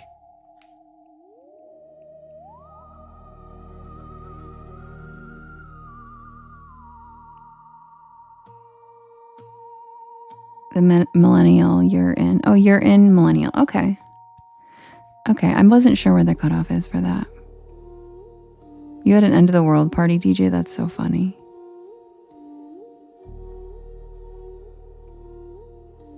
Your parents weren't worried they had a raging party. Yeah, that checks out of the military. I mean, and here's the thing. My parents weren't worried either. My parents didn't believe it. But I was concerned because I was a kid and it was New Year. So my dad took us to the beach as like a treat. But I took that as, oh my God, this is my only first and last time seeing the beach ever.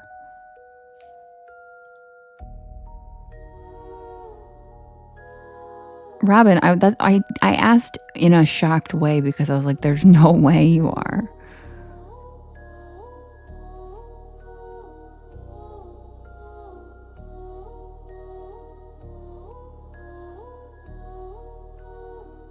I love Jennifer Lopez, dude. She was so on top of the world back then. Waiting for Tonight music video still gives me goosebumps. I don't care what anybody says. That is one of the most beautiful music videos. Like, have y'all seen that? I don't care if it's old. Have y'all seen that? If you haven't, give it a goog. Because my God, that video made me go out and get the Teresa Barbie.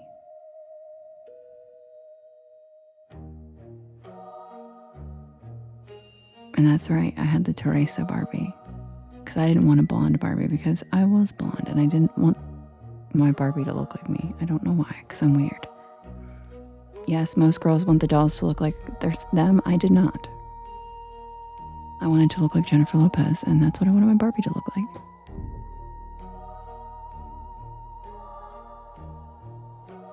Hi, Bex.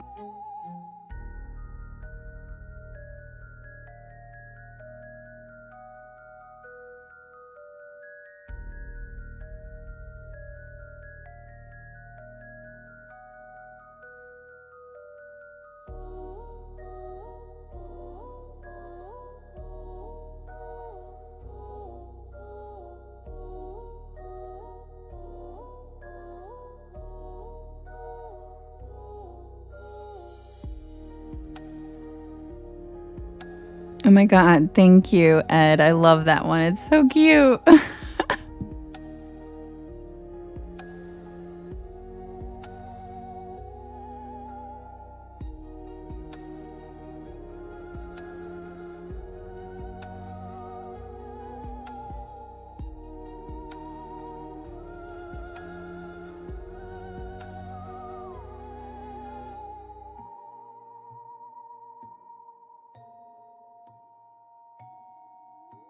Someone just asked if I was a millennial, and I am 700 years old.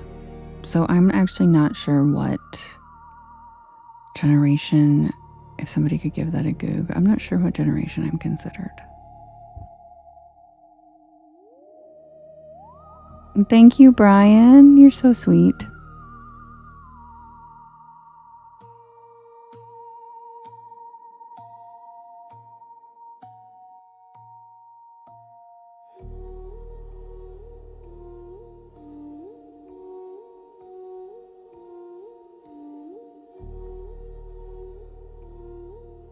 There you go, Kim.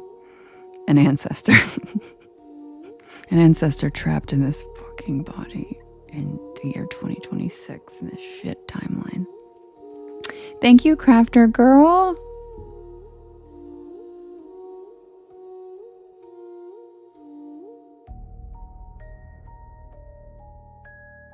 I think if that generation had a nickname, it would be like Roman numerals.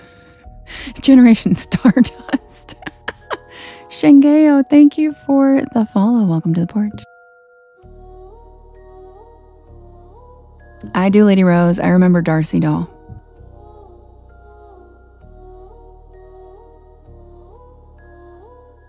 And Brian, you're so sweet. Thank you.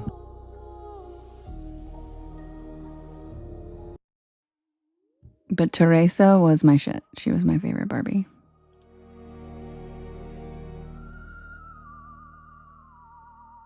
I did witness the creation of nunchucks. Thank you, Bloom.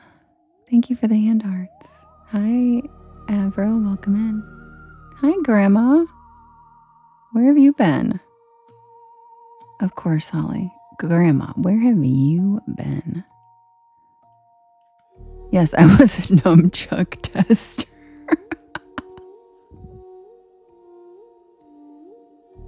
Submitted for the approval of the Porch Pal Society.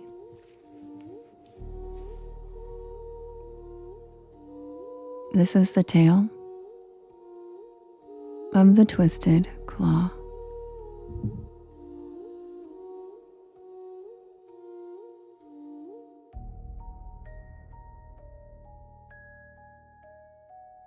And if you're just joining us, this is a reworking of an Are You Afraid of the Dark episode that you will probably remember.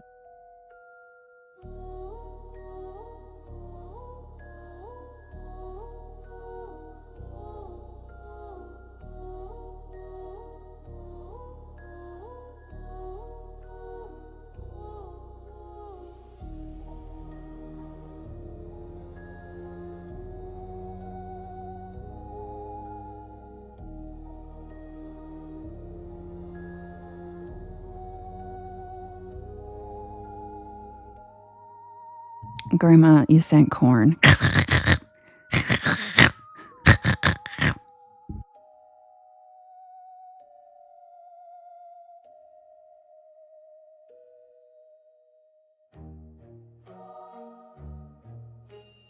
Aw, Beefy. Yeah, it's time to reset your nervous system for sure after that. Hi, Ange. Thank you, Turtle. Thank you, Bloom.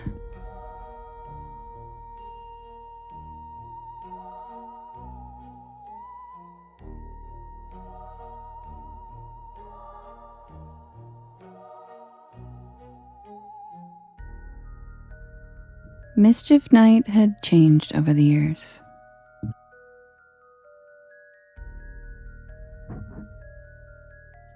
At least on the surface. The smashed pumpkins and toilet paper trees were mostly gone now, replaced by nostalgic jokes and social media posts about how things used to be.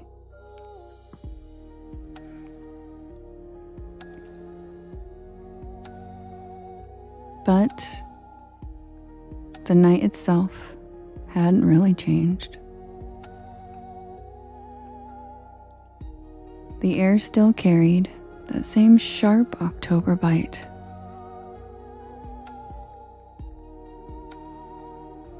And the darkness still felt heavier than it should. Kevin and Dougie had reached an age where they were supposed to be past this kind of thing. Both were in their 30s, long past the point where wandering the neighborhood on October 30th made sense. But tradition has a strange gravity. It pulls harder the older you get, especially when life starts to feel repetitive and dull.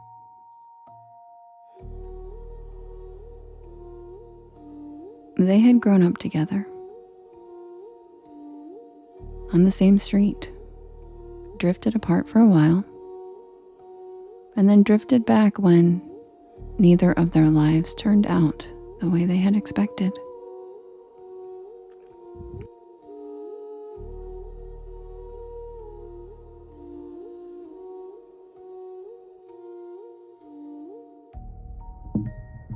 Kevin had always been the instigator. Restless, dissatisfied, always chasing the feeling that something better was just around the corner. Dougie, by contrast, had learned how to live quietly. He worked a steady job, paid his bills, and tried not to think too much about the things that he had never done. And every mischief night since high school, Kevin had texted Dougie. Sometimes Dougie ignored it. But this year, for reasons he couldn't fully explain, he didn't.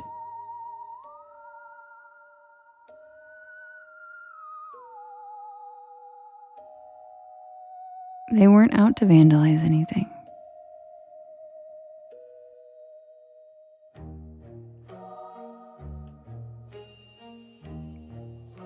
The real motivation was harder to define.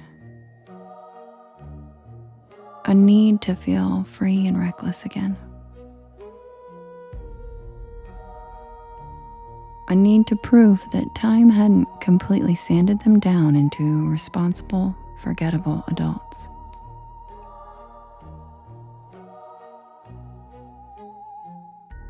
Thank you, Holly. They walked the neighborhood that they had grown up in, passing houses that looked a lot smaller than they remembered. Decorations flickered on porches. Plastic skeletons grinned from lawns. Everything felt performative, controlled.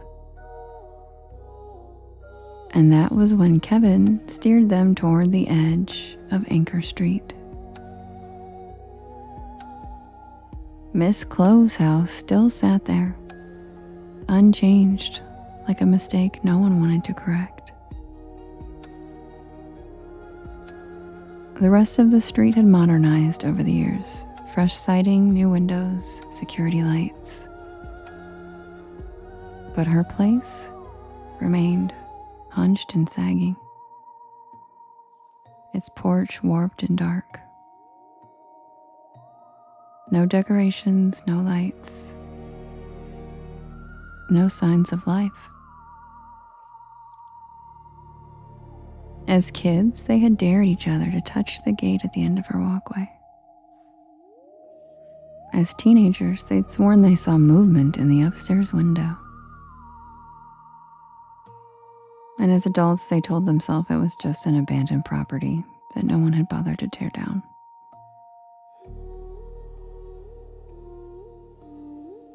The plan was small and stupid. A harmless prank. A way to say they'd done something on mischief night, even if it amounted to nothing more than a story they could laugh about later. They approached the porch quietly, the boards groaning beneath their weight. The front window reflected their shapes back at them. Inside, something shifted. The sound startled Kevin enough that he stepped back and his elbow clipped a ceramic planter near the door. It shattered against the porch with a sharp final crack. The noise echoed down the street. and they didn't wait to see if anyone came out. They left laughing, adrenaline buzzing through their veins.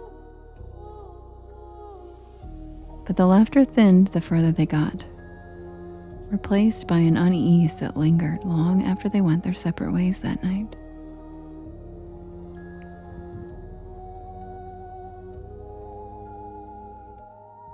Halloween arrived cold and gray.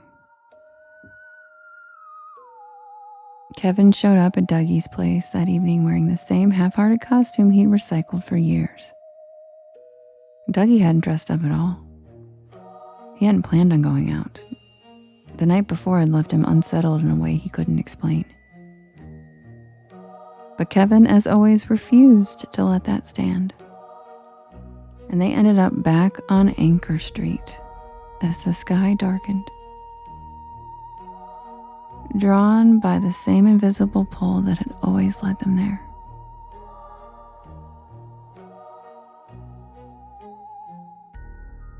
Miss Clove's house waited in silence.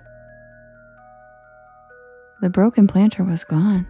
The porch was clean. Then the door opened before either of them touched it. Miss Clove was smaller than memory, her frame bent with age. Her eyes were sharp, though, and too aware. She welcomed them in as though she had been expecting company. Objects crowded the shelves and the walls, many of them unrecognizable, magical charms, trinkets. Things that looked handmade.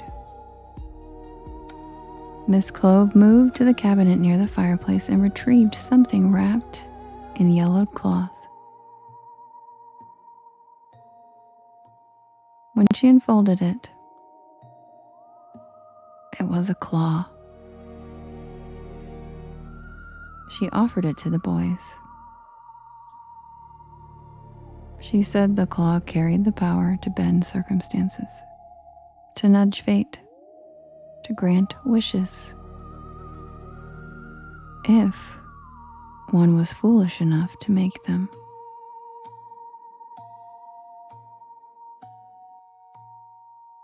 They didn't believe her, but they took it to humor the old woman, and they left laughing.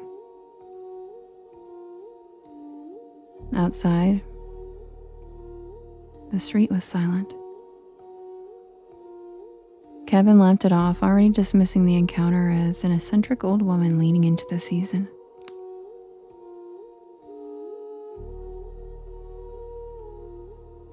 Dougie couldn't stop looking at the claw in Kevin's hand.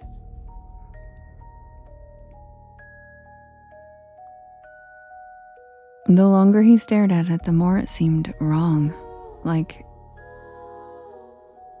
he shouldn't have it. And Kevin made his first wish casually, barely thinking about it. He just wanted the night to be over. He wanted to be home. He wanted the obligation of Halloween behind him.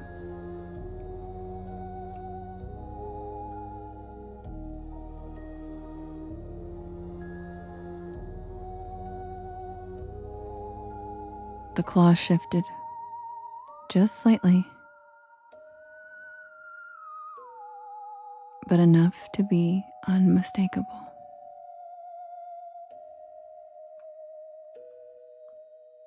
They were home in minutes, and neither of them able to explain how they had gotten there so fast. The following days unraveled, gently at first. Small things, coincidences that leaned heavily in Kevin's favor. Annoyances that vanished the moment he complained about them. A coworker injured, a stranger hospitalized. Each time something else paid the price. A chain of cause and effect that always ended somewhere unpleasant and far removed from Kevin. But he refused to acknowledge the pattern. It wasn't until the wish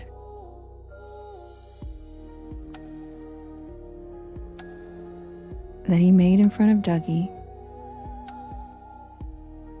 Dougie understood that some objects were not meant to improve lives. They existed to teach restraint or punishment.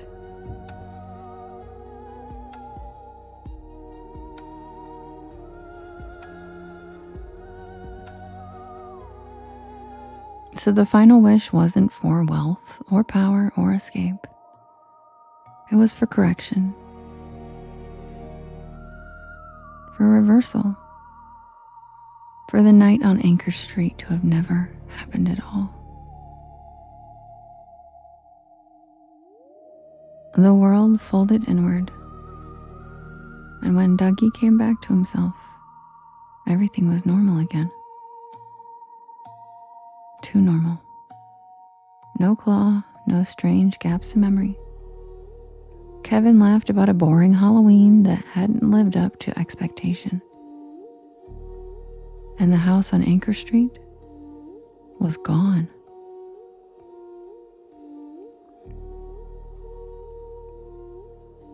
In its place stood an empty lot, overgrown and fenced off with a small sign posted near the curb. Condemned, unsafe, scheduled for development. That should have been the end, but it wasn't. The next year, as October returned once more, Dougie found something wrapped in a yellowed cloth on his doorstep. Inside rested the twisted claw. And somewhere, far off in the distance, an old woman's laughter drifted through the cold night's air.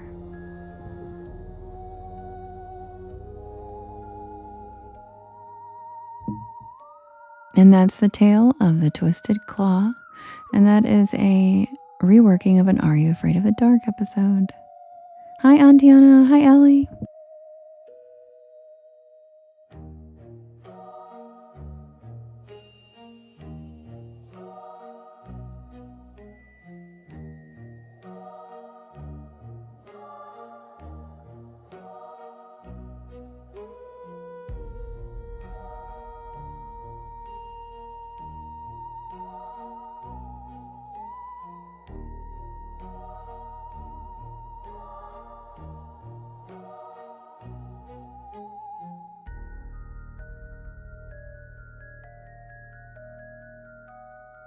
Hey, Tamika. Thanks, Crystal.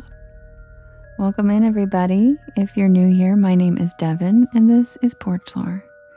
And I tell spooky bedtime stories to help you relax your nervous system and fall asleep. And I am here every single night at 10 p.m. Eastern Standard Time until about 1 in the morning. I do write and record all of these stories myself. And you can find them on my YT channel, as well as all of the podcast streaming sites. Just look for Porch Lore and you will find me. I also have the links in my bio.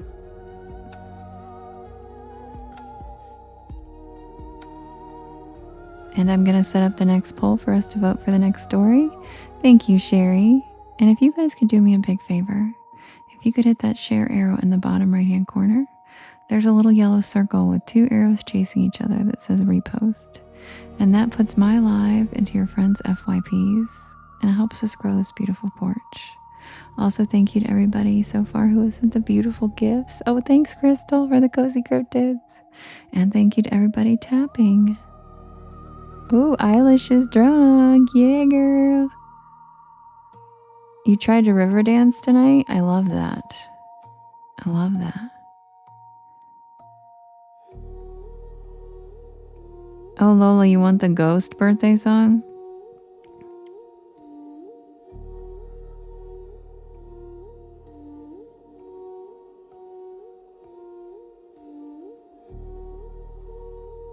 Lola, can I send it to you in a voice note? Can I send it to you in a voice note so you can play it over again? That way I won't wake up half the people who are already asleep in the live. Because that's definitely going to wake up everybody.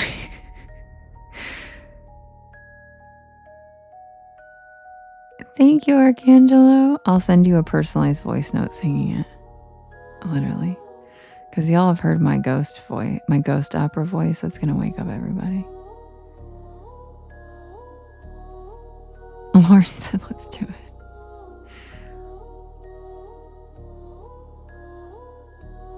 Okay, I'll do it.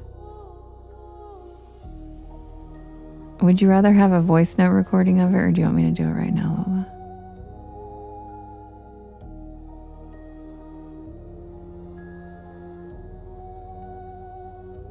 Yes, and happy birthday, Lola.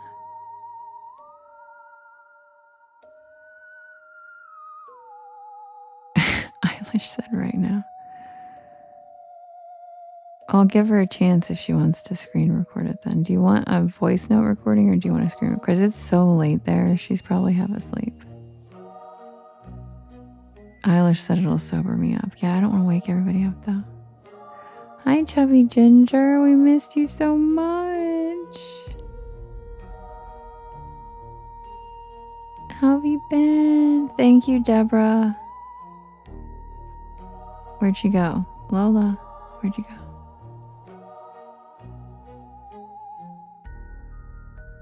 Hi, Venus.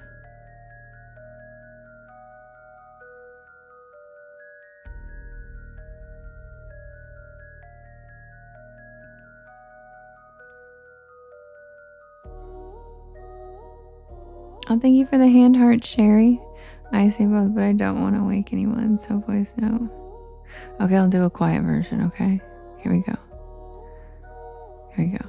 Happy birthday to you. Happy birthday to you. You look like a monkey, and you smell like 1, 2. Happy birthday, Lola. That's my ghost opera singer birthday song. That's what she's asking for because yes, I sing happy birthday to my friends like ghost opera singers on voice notes. Ask Angela. And so there you have it. There it is. Yep, that's my ghost opera. And I did it quietly. See, Robin woke up. Oh, you shithead. She said, just kidding. It's called Sycamore Diner, Just a Girl. There you go, Lola. Happy birthday. Yeah, Ange got it too. See, Ange said, yep. Oh, great. Lily said, I'll request it in August. Damn it. It's usually louder, but everybody's asleep. It's late. If it was at the beginning. Ghost opera singer, yep. Matt said, I just came back and heard singing and thought my house was haunted. By an opera singer?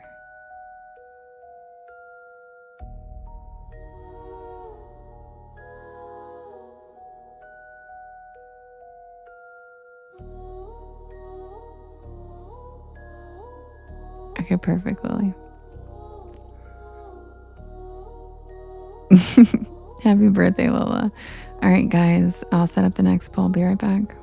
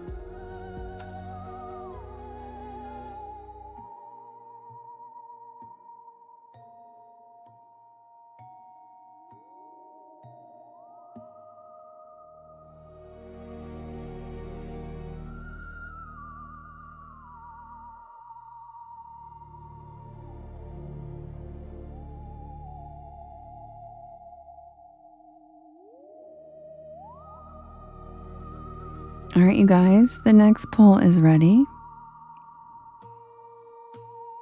We have the overnight delivery, the boo hag, the tree people, the Lubbock lights, and the Flatwoods monster. You can vote in the blue box in the top left-hand corner.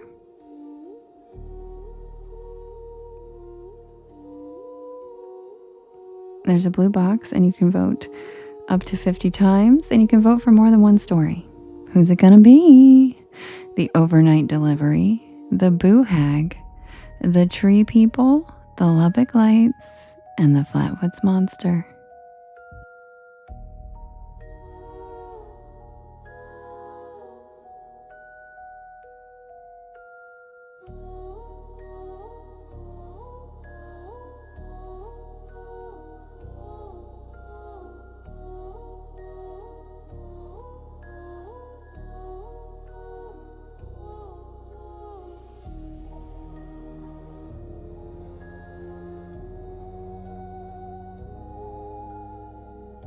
Michelle Sparkletree said that all she wanted was the diner story for her birthday, which is so cute. And she got to hear me sing the happy birthday song. She probably woke her up. She's probably like, what the hell was that?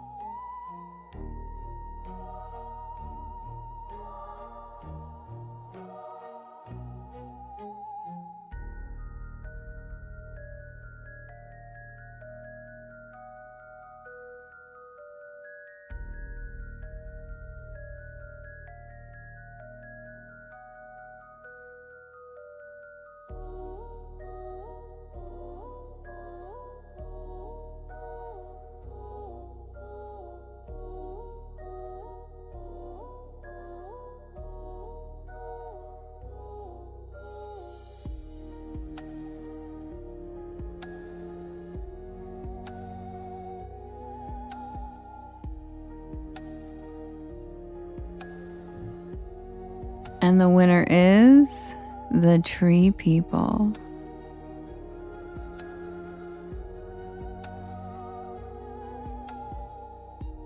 Yeah, Burley, for sure I can, for sure. Just request it tomorrow so I remember, and I'll put it on the poll for you. All right, you guys. The winner is the tree people. I will be right back. Sit back and relax. Grab a beanbag chair, grab a hammock.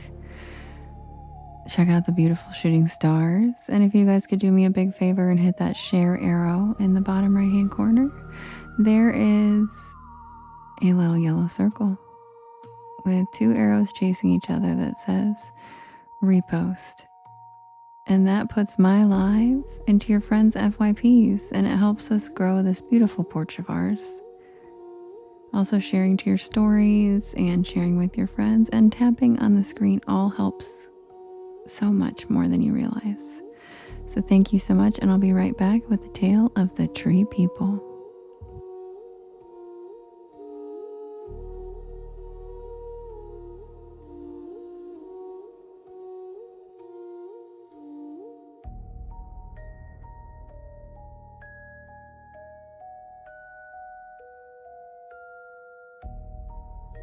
Good night, Brooke.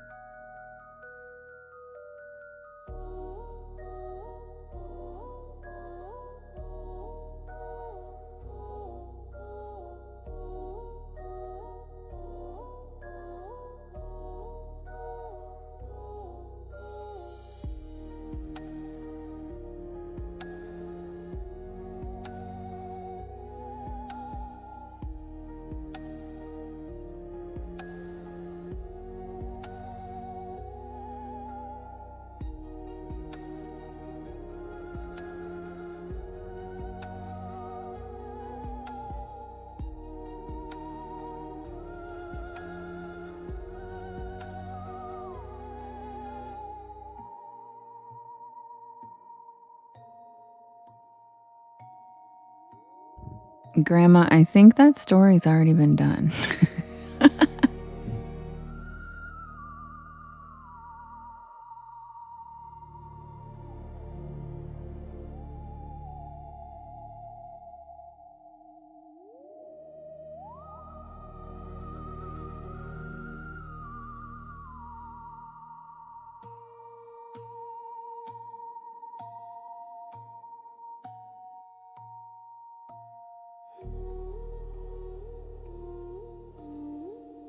Welcome back, Butters. And hi, Scarlett.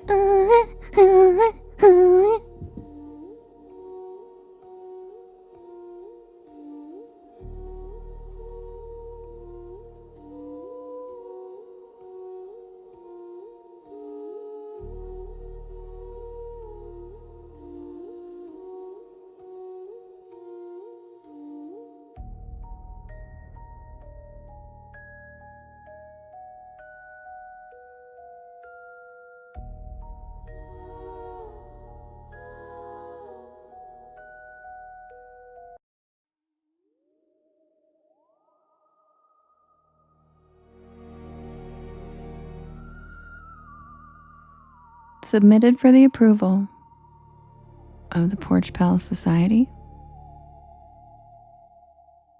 This is the tale of the Tree People. And thank you, Michelle.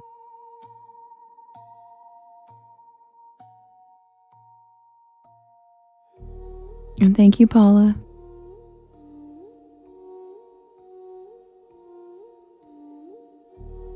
And thank you, Lily.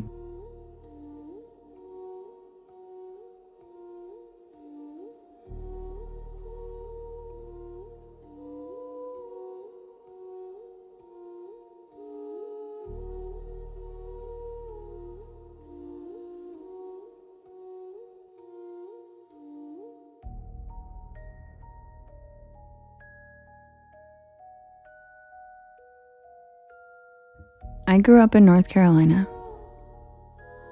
but a few years ago I moved to Montana for work. I wanted a fresh start, something different from the suburbs that I had spent most of my life in.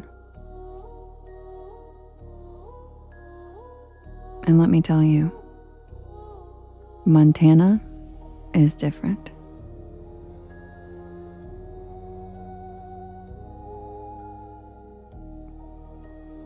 The air is so crisp it hurts in the winter. And the sky stretches so wide it feels like you're on another planet. Hi, Code Red.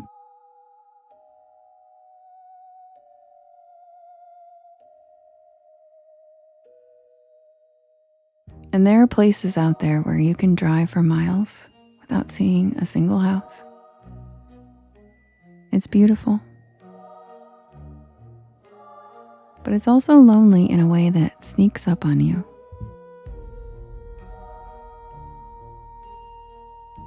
I found that out the hard way when I took a solo weekend trip to a cabin in the middle of nowhere. It had been a long week at work and I wanted to get away. Just me, a few bottles of wine, and some books. Thank you, Code Red. The cabin was one of those authentic rustic rentals.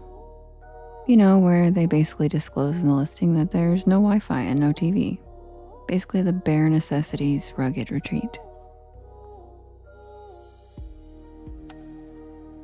The kind of place that sounds like a dream until you actually get there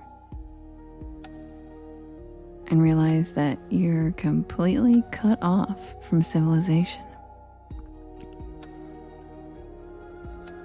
The drive alone should have been a warning. My GPS lost signal an hour before I even reached the cabin.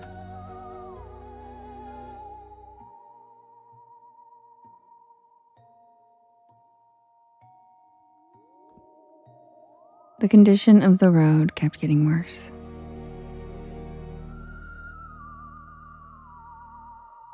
Potholes deep enough to swallow a tire.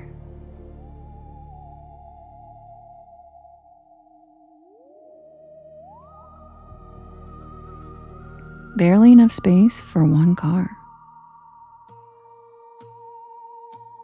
Trees pressing in on both sides like they were trying to keep me from getting through.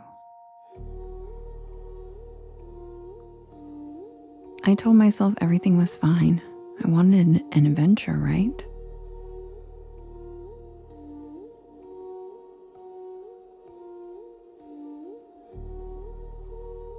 When I finally pulled up, the place looked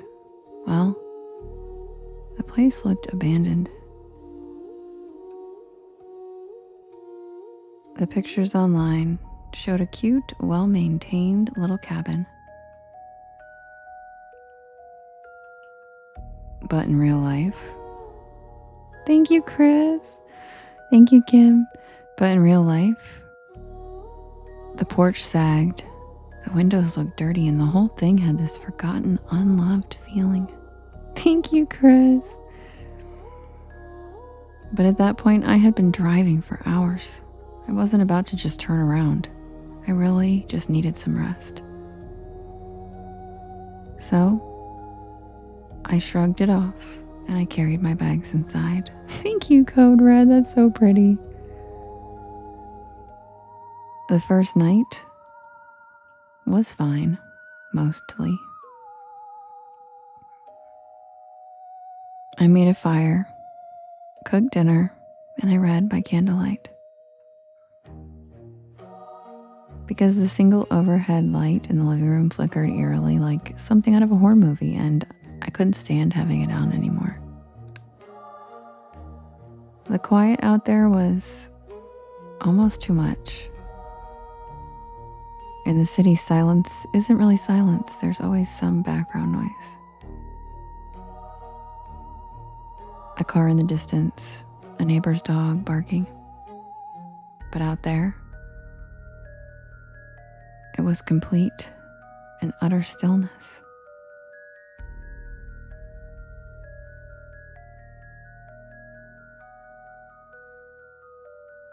At some point, I started feeling weird. You know that sensation like you're being watched? I kept glancing out the windows, half expecting to see something looking in. But there wasn't, just darkness so deep. It seemed to press against the glass. I laughed at myself. I told myself that I was just creeping myself out because I wasn't used to a place so quiet. And so I decided just to go to bed. And that was the last normal night I had there. The next day I went for a hike. There was a trail behind the cabin that led up to a ridge.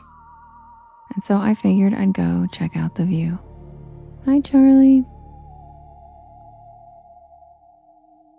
It was beautiful. But after a while, I got that weird feeling again. Like I was being watched. I stopped and listened, and nothing. And I mean nothing. There were no birds, no rustling leaves, heavy silence.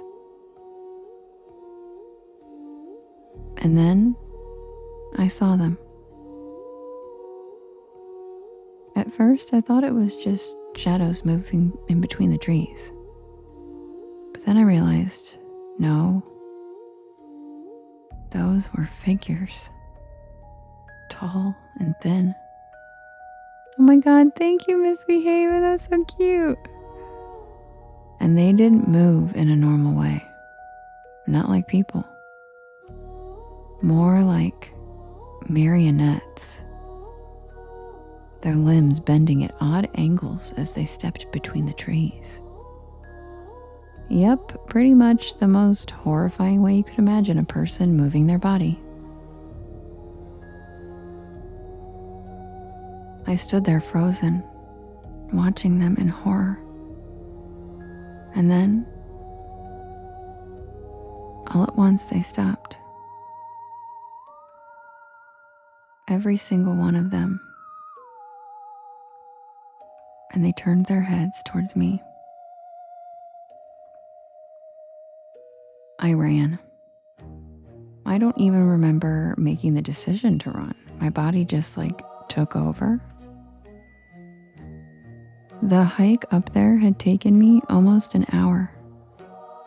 But I swear I made it back down to the cabin in just a few minutes. Thank you, Timothy. I slammed the door shut, locked it, and I grabbed the biggest knife I could find in the kitchen. For hours I sat there staring out the windows, listening, but there was nothing. Just silence. After a while, I started to convince myself that maybe I hadn't seen what I thought I had. Maybe the isolation was just getting to me. But that night, I woke to the sound of something tapping on my bedroom window. And the bedroom was on the second floor. The tapping was rhythmic and precise. Not the random scrape of a tree branch, but something deliberate. Like something was knocking. I didn't move. I didn't breathe. I just laid there, staring at the ceiling. Then, slowly, I turned my head toward the window. And there was a face pressed against the glass. Not a human face. Not even close. The features were all wrong. It had no eyes, just deep empty sockets, but I knew it was looking at me. I grabbed my car keys and I ran downstairs. I didn't care about my bags. I didn't care about anything except getting the hell out of there.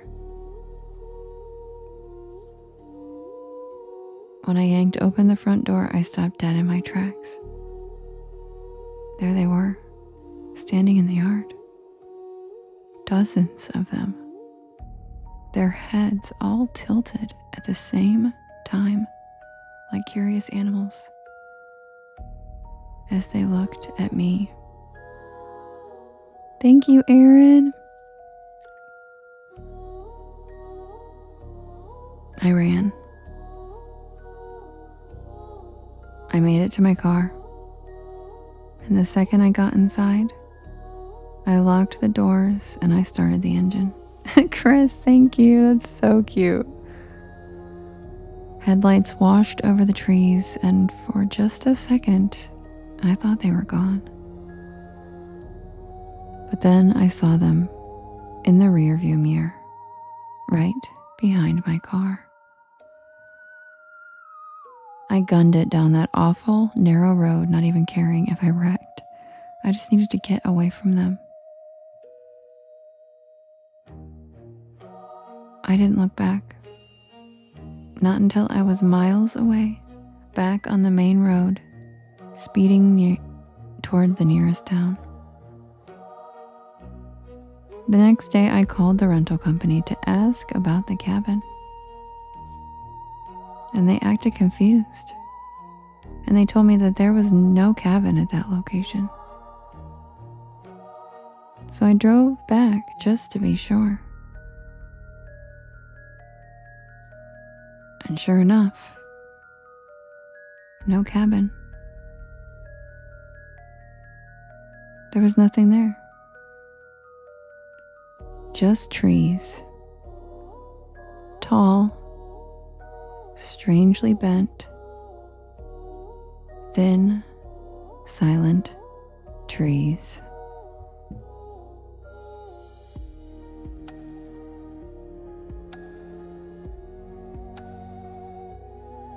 And that's the tale of the tree people.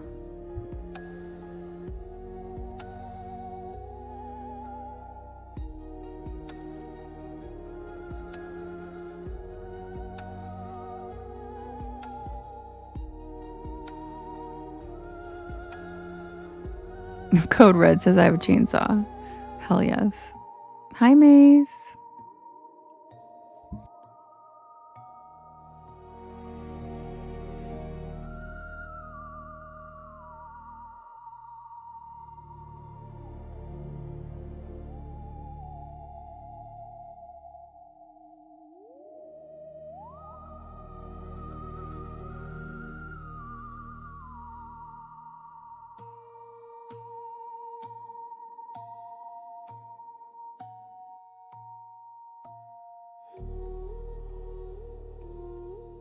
Yes, Rich, the cabin ate my luggage.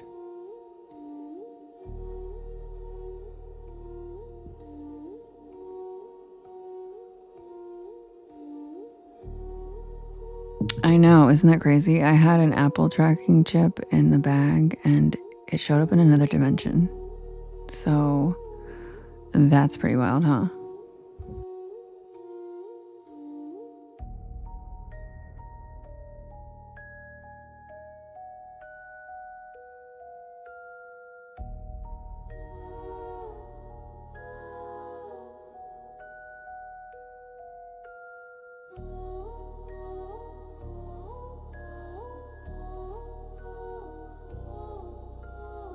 Thank you, Alana.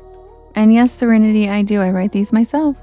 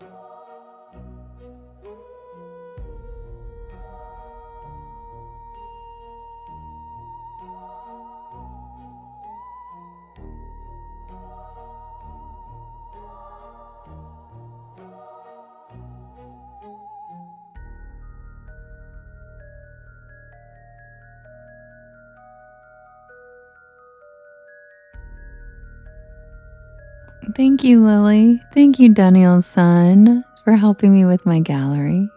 Thank you, Code Red, for all the cozy cryptids. And Rich, thank you for the DJ cactus. So cute.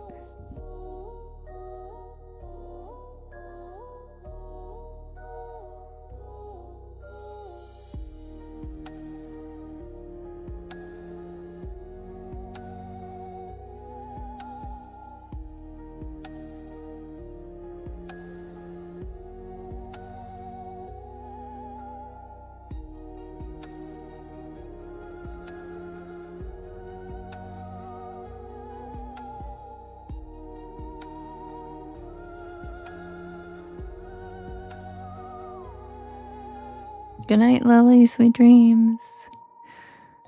And thank you, Elena. I love that little guy. And Michelle, thanks for the cozy cryptids. Thank you so much, guys. So cute. Thank you. Okay, so is Tony still awake? Paging Tony.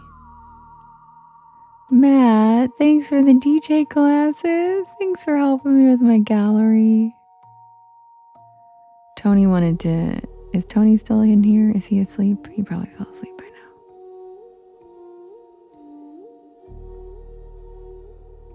now. Uh-oh, Venus. Uh-oh. Mario, thank you for the follow. Welcome to the porch. He's been gone for a while. Okay. I'll tell it for him tomorrow. He comes in early every night, so I'll do it earlier tomorrow.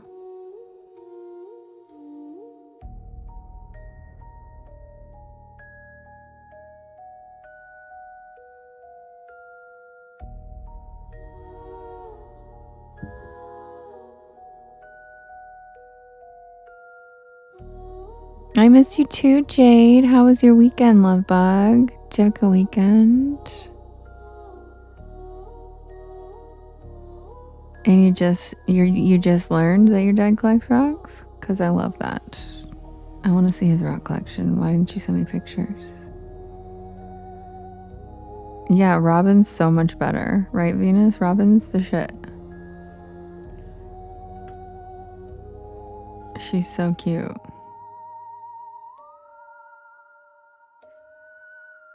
She's so cute.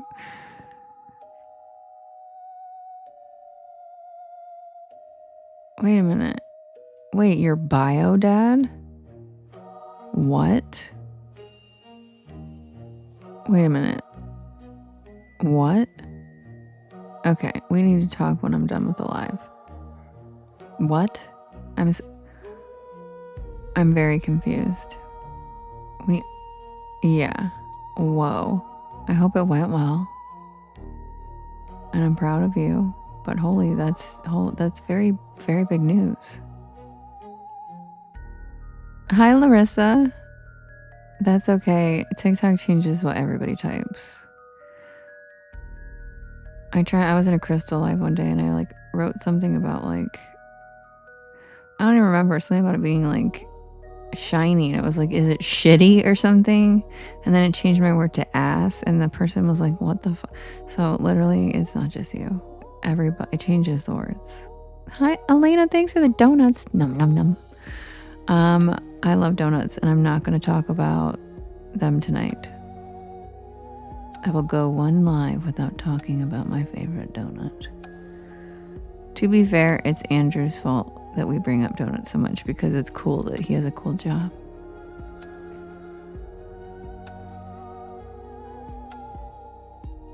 Oh, thanks, Zobo. Are cat videos like your coffee beans that help you reset?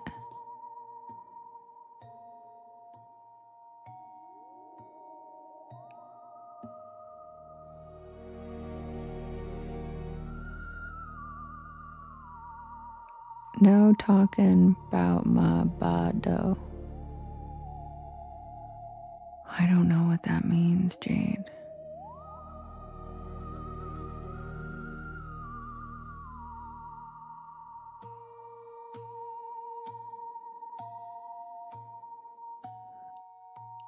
Oh, me too, Matt. It changes, but it's not even autocorrect. It has a mind of its own and it literally changes the words. What is your problem? Oh, Jade. Oh, you got me. Hi, Spooky Bestie. Thank you. Jade, that was so funny. You totally got me with that. I was like, what? It worked.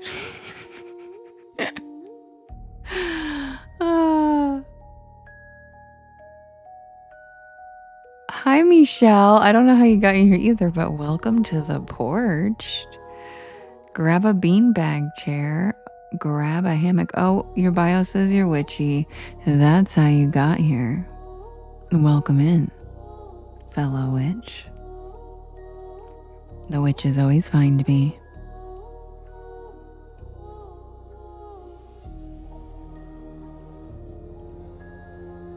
Lola, you're laughing. I'm glad I can make you laugh on your birthday. Jade, it's 3 Porch Pals birthdays tonight. Lola's birthday. Yes, witchies unite.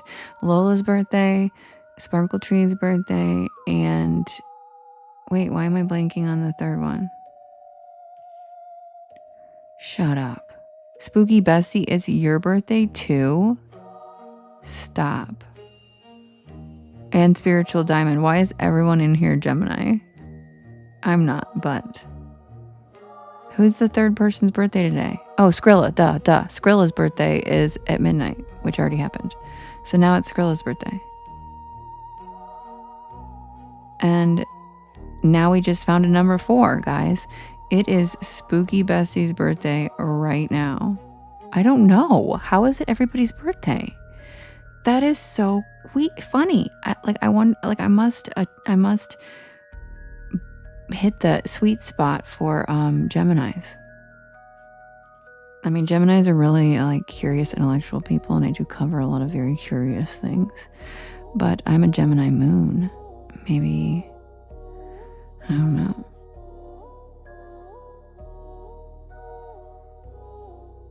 Oh yeah, and you're on the cusp, spiritual.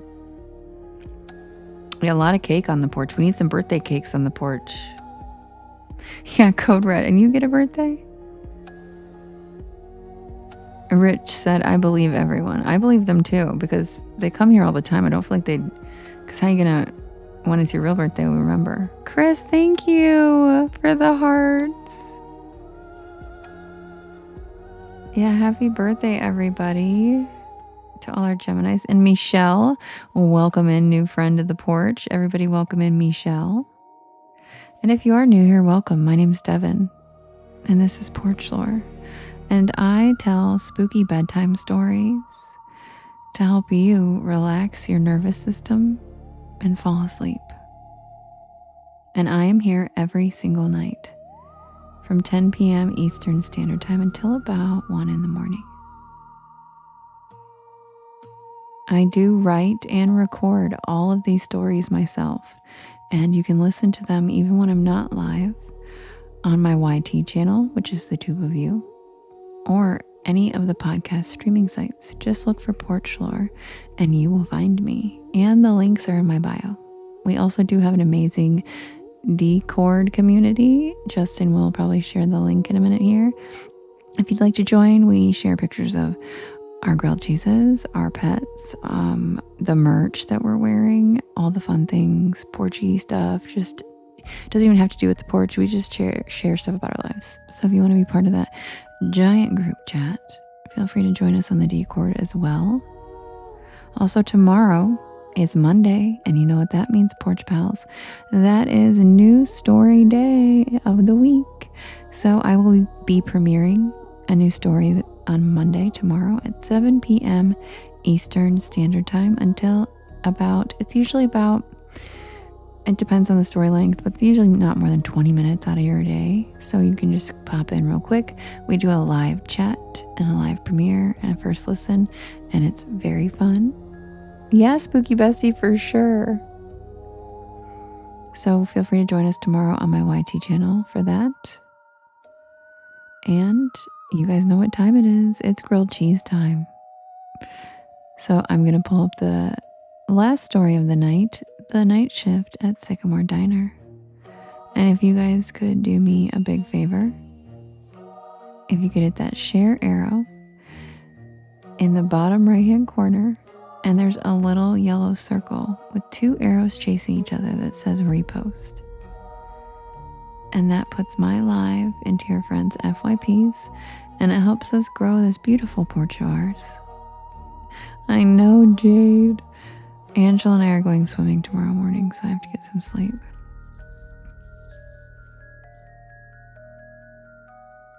I know, it is. It's 1 o'clock. It went by so fast tonight. And thank you everybody for tapping. We're at 337 taps. Look at you, Porch Pals, with your lightning fingers. And yes, not report, please repost. Hi, Angela. Happy Sunday.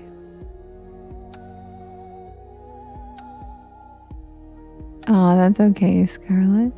And if you guys are enjoying yourselves here tonight, do not forget to give me a follow. So if you fall off the porch, you can find us again. Robin, thanks for the bouquet. That's so pretty. I love those. I need to make my gift goal that tomorrow. Oh yeah, I bet Andrew can make cakes. I bet you can make good cake. Can you make a donut cake? Yeah, Jade accidentally said report instead of repost. It's a typo. Wasn't that gift pretty, the bouquet? Your son says honey badgers are in Africa. Is he correct?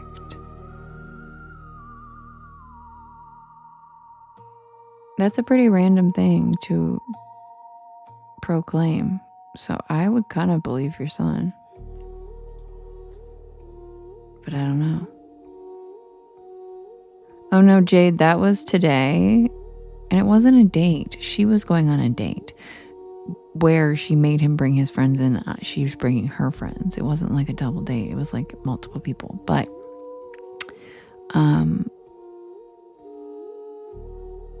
it didn't happen. We had massive storms today. So it didn't happen.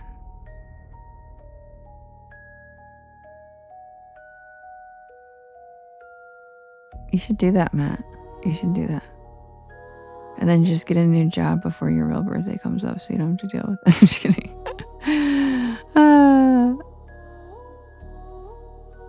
I know, but that's just how I say things. Wait, what did you say? I already forgot.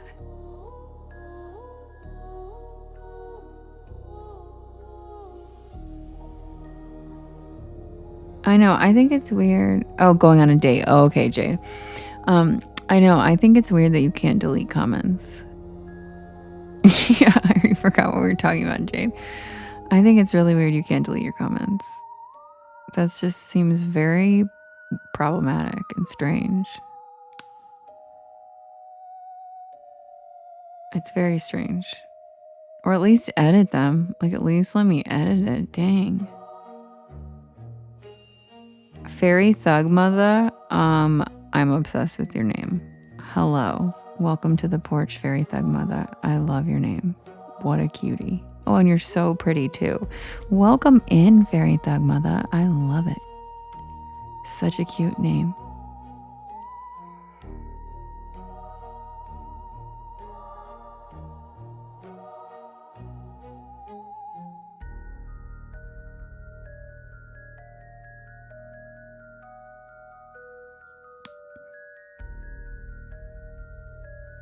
First time here. Yay. Welcome to the porch. Grab a beanbag chair. Grab a hammock. Check out the shooting stars. Sit back and relax. Happy Sunday. I am going to pull up the next story, which is the night shift at Sycamore Diner. And again, if you are new here, welcome in. My name is Devin, and this is Porch Lore. And these are the Porch Pals, the coolest community on TikTok. And I tell spooky bedtime stories to help you relax your nervous system and fall asleep. And I'm here every single night at 10 p.m. Eastern Standard Time until about 1 in the morning. And I do write and record all of these stories myself. And they are available on... Yeah, the grilled cheese socks are in there, Jules. I made them. They've been up there for days. I made them. They're ready for you, girl. Jinx, thanks for the follow. Fairy Thug Mother, thanks for the follow. I do write and record all these stories myself, and you can listen to them when I am not live on my YT channel and on all the podcast streaming sites. Just look for Porch Lore and you will find me. Thank you, Hope. Welcome in. And if you can't find me, the links are all in my bio. So sit back and relax. And I will be right back with the tale of the night shift at Sycamore Diner.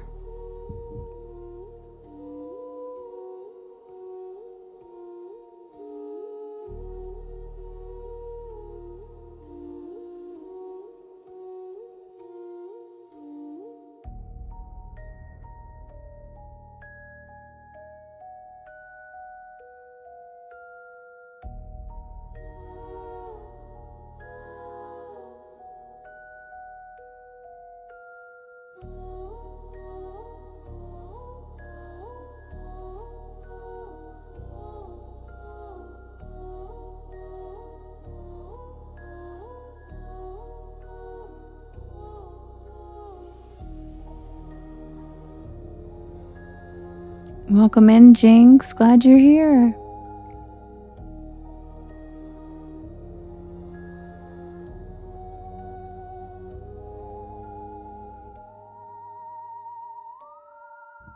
Thank you, Fairy Thug Mother. I appreciate that. The Porch Pals like to call me the Spooky Delilah. But I used to be a news reporter, so... I have quite a bit experience. But in this story that I'm about to read, you guys will get to hear my real accent come out. I am, in fact, from the foothills of the Appalachian Mountains in North Carolina. And I took non-regional diction training to be a national news reporter and not have an accent. But I, in fact, do have an accent. So in this story, we have a lot of fun because I get to use it. So sit back and relax and get ready for the Sycamore Diner.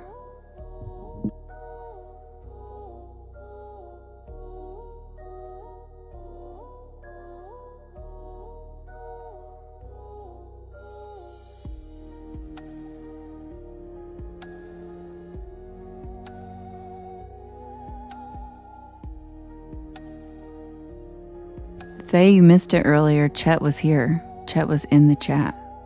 He was here. Oh, you thought I sounded Cuban? Interesting. I've never heard that one before, but no, I'm not Cuban. But that's very interesting. Yeah, Chet was here, Faye. What's his last name, Justin? Chet? Yeah, he comes in here. Cuban, I feel cool. I wish I sounded Cuban. Can I pet that dog? Can I pet that dog? It wasn't Chet Chud. It was Chet Chud Sonia or something. It was like a fake for sure. Fake name for sure. Your Texas accent? Where in Texas? I used to be a news reporter in Houston. Because I do a lot of other sounds. Yeah, true. Dark and mysterious look. Interesting. Interesting.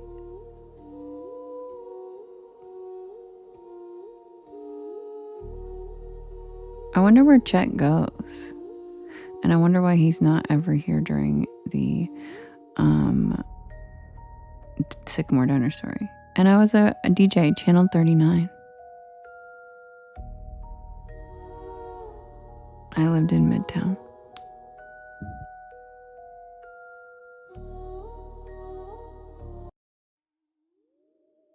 And I was there for Hurricane Harvey, and it was literally like I had PTSD for like a year afterwards. It was pretty crazy.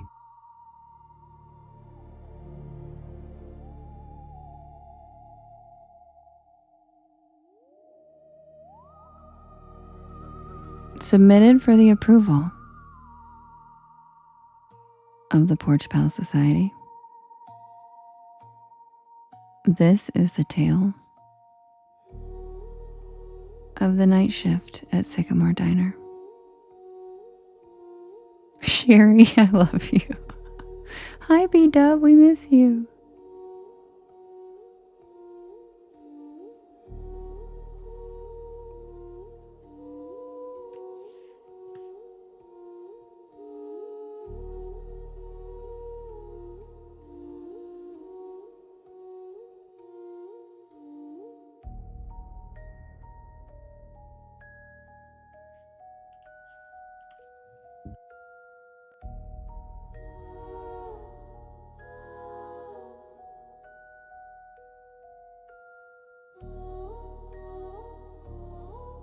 I'm not usually the kind of person who pulls over on back roads at night. Not unless I absolutely have to. But that night, something about the storm, the long drive, and that growling pit in my stomach convinced me otherwise. I was hungry. It was late October, and I was headed back to campus after a weekend visit with my friends in North Carolina. Welcome in, Loki. Good night, Forever Young.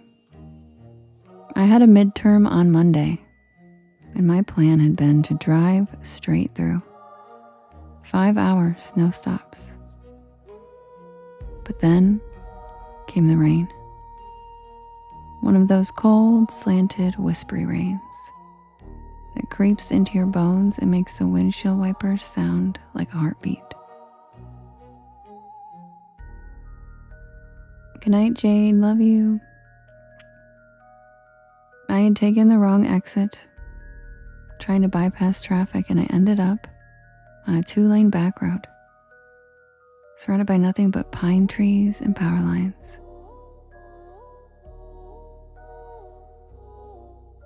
And that's when I saw the neon sign. SYCAMRE Diner. The O in Sycamore was flickering like it hadn't worked right in years. But the rest was lit up in a cherry red neon. A tiny beacon in the middle of nowhere.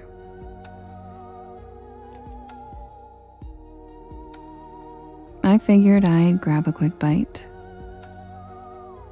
maybe some coffee, check my map, and get back on the highway. But I should have just kept driving. I should have known something was off the second I stepped inside. The bell over the door jingled, but not like a normal bell.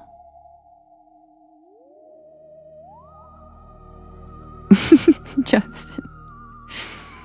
It made this sharp metallic ping that echoed longer than it should have. The air inside was warm, almost too warm,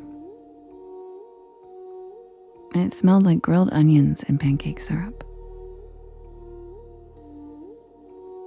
The place looked like it had been yanked straight from 1957. Checkerboard floor, red vinyl booths, a long counter with spinning stools, even a jukebox in the corner that looked like it hadn't worked in decades. And the people? They all stopped and looked at me the second I walked in. Not in a rude way, just quiet. Like they weren't expecting me. Like I'd walked into the middle of a sentence that no one wanted to finish. A waitress, tall, with a beehive hairdo and a light blue uniform, smiled and waved me over. Oh my God, Chris. Chris, it's my baby. Thank you, my baby. Lily. Oh, thanks, Chris. You know that's my dream. It's my dream gift to hold paws with a baby snow leopard in a field of flowers. Like, God, I want to do that. Thanks, Chris. Love you. A waitress, tall, with a beehive hairdo and a light blue uniform, smiled and waved me over. You get caught in the rain, sweetheart, she said, handing me a laminated menu. I nodded, still trying to shake off the weird feeling. Yeah, the highway's a mess. She chuckled and patted my shoulder. Well, you're safe here. Sycamore's always open for travelers. I sat down at a corner booth, and the vinyl creaked. And I remember the jukebox shifted songs by itself and started playing some slow doo-wop ballad that I didn't recognize.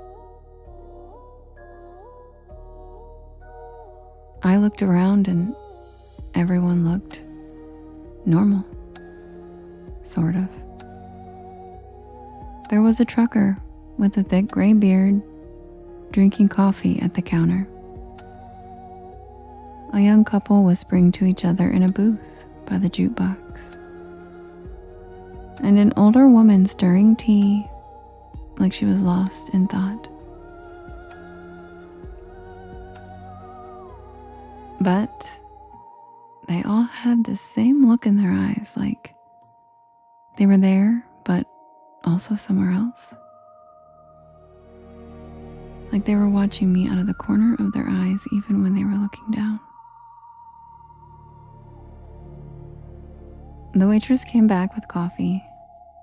Strong, hot, and surprisingly good.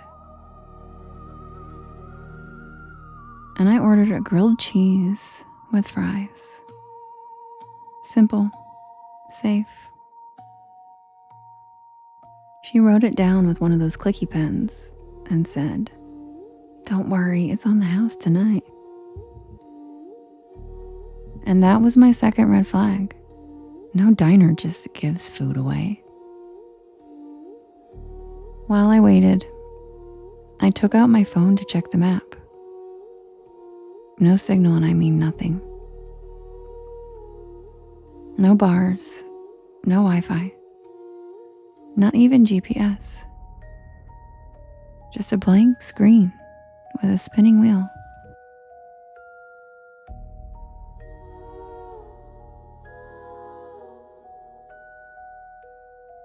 I glanced out the foggy window, and the storm was still going. But now the wind had picked up. I could see the power lines swaying like jump ropes in the dark. But the diner stayed perfectly lit. Not even a flicker. The food came fast. Too fast, like under 5 minutes. But it looked amazing. Golden bread, gooey cheese, crispy fries with a little metal cup of ketchup on the side. I took a bite. Delicious. I mean, I've eaten at a lot of diners. Greasy spoons, college joints, and roadside shacks. But this was hands down the best grilled cheese I've ever had. The fries were perfect, and the coffee never ran out. Every time I took a sip, it was somehow full again. I was halfway through the sandwich when the trucker got up to leave. He walked right past my table, nodded once, and whispered, "Don't stay past midnight." That's all he said. What? But he was already out the door.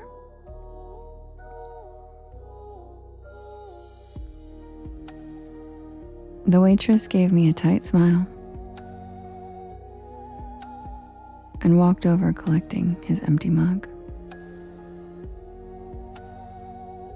Old Earl, he's always saying weird stuff, just ignore him. But I couldn't. Something about his voice stuck with me. Something about the way he looked at me. Not like I was a customer, but like I was in danger. I checked the clock over the register. 11:42. I figured I had just enough time to finish my fries, grab the check, and head out. I still had at least 3 hours left on the road. But when I stood up, the lights flickered just once and then again. And then everything in the diner stopped moving.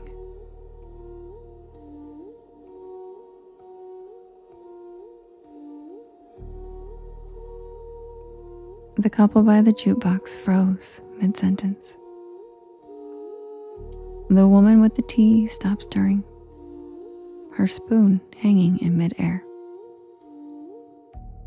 The waitress, her hand reached out for a mug, just stopped. Like someone hit pause on the entire scene. I took a step back, and the jukebox buzzed, glitched, and restarted a new track. I could still move, but no one else could. And then I heard it. Not music, not a storm, a voice, not coming from anyone I could see. Just a whisper that seemed to echo from the walls themselves.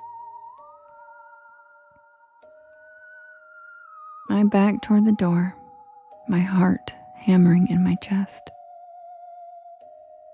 I turned the knob. Locked.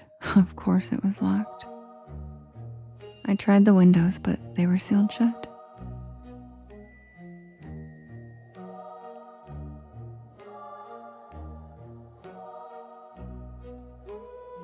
I started banging on the glass and shouting.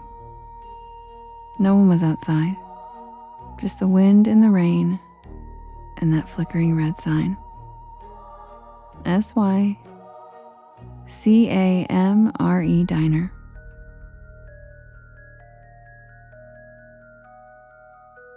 I turned back toward the dining room, and everyone was gone. Not frozen anymore, just gone.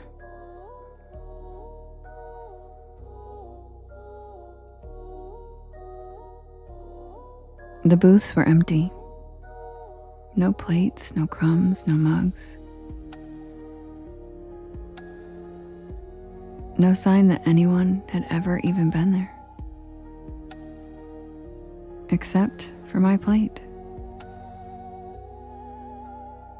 Still warm and still half-eaten. And then I saw the waitress.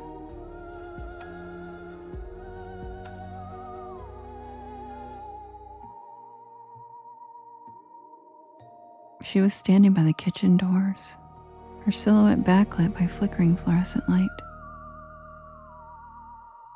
Her face was wrong.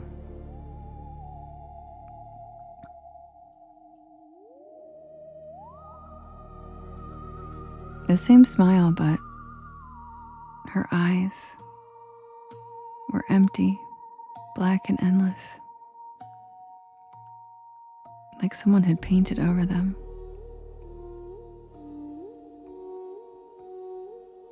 "You shouldn't be here, honey," she said in that same cheerful voice. "Not yet." I stumbled back, knocking over a chair as she took one slow step toward me. The others, they were waiting, but you just wandered in.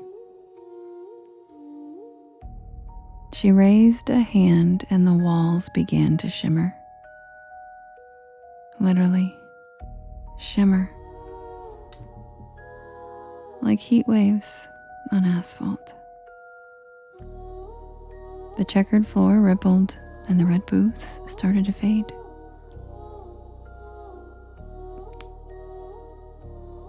Becoming outlines, and then shadows, and then nothing. And then I saw it, underneath the illusion. It was charred wood, cracked tile, broken beams and black soot. Like the diner had burned down long ago.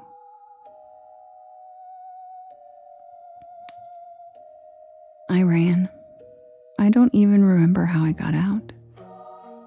One second I was inside, and the next, I was on the side of the road, soaked to the bone and gasping for air. My car was still there, parked on gravel that didn't even look like a lot anymore. Just weeds and puddles. No neon sign. No glowing windows, just nothing. I drove back to campus that night in silence.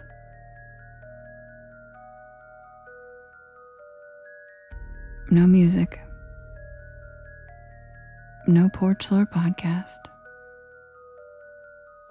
I kept glancing in the rearview mirror, half expecting to see that red neon flicker back to life. Thank you, Chance. I didn't tell anyone, not for weeks.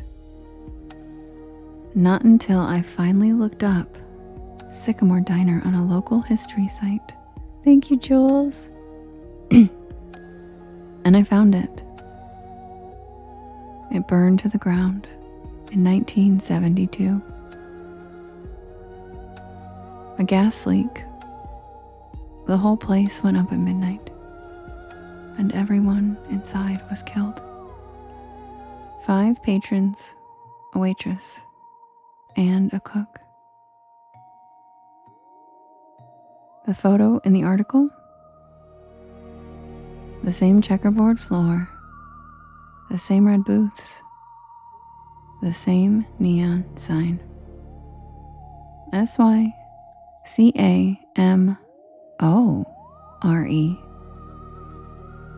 And in the corner of the photo, that same waitress, smiling.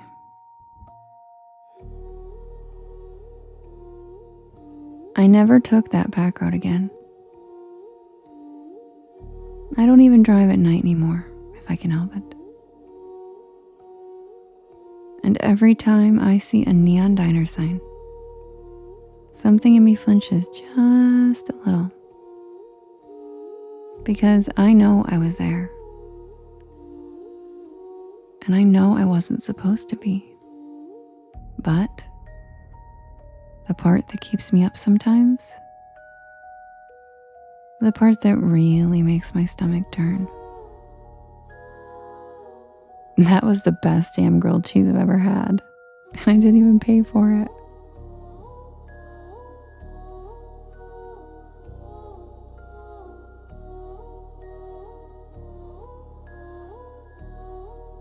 And that's the tale of the night shift at Sycamore Diner. And CJ, I didn't think you were still here because you didn't make your 1972 joke.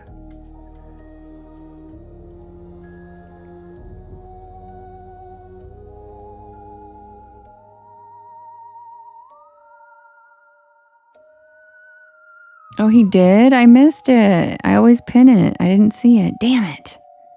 I usually always pin it. I missed it. Man, sorry, CJ. I missed it.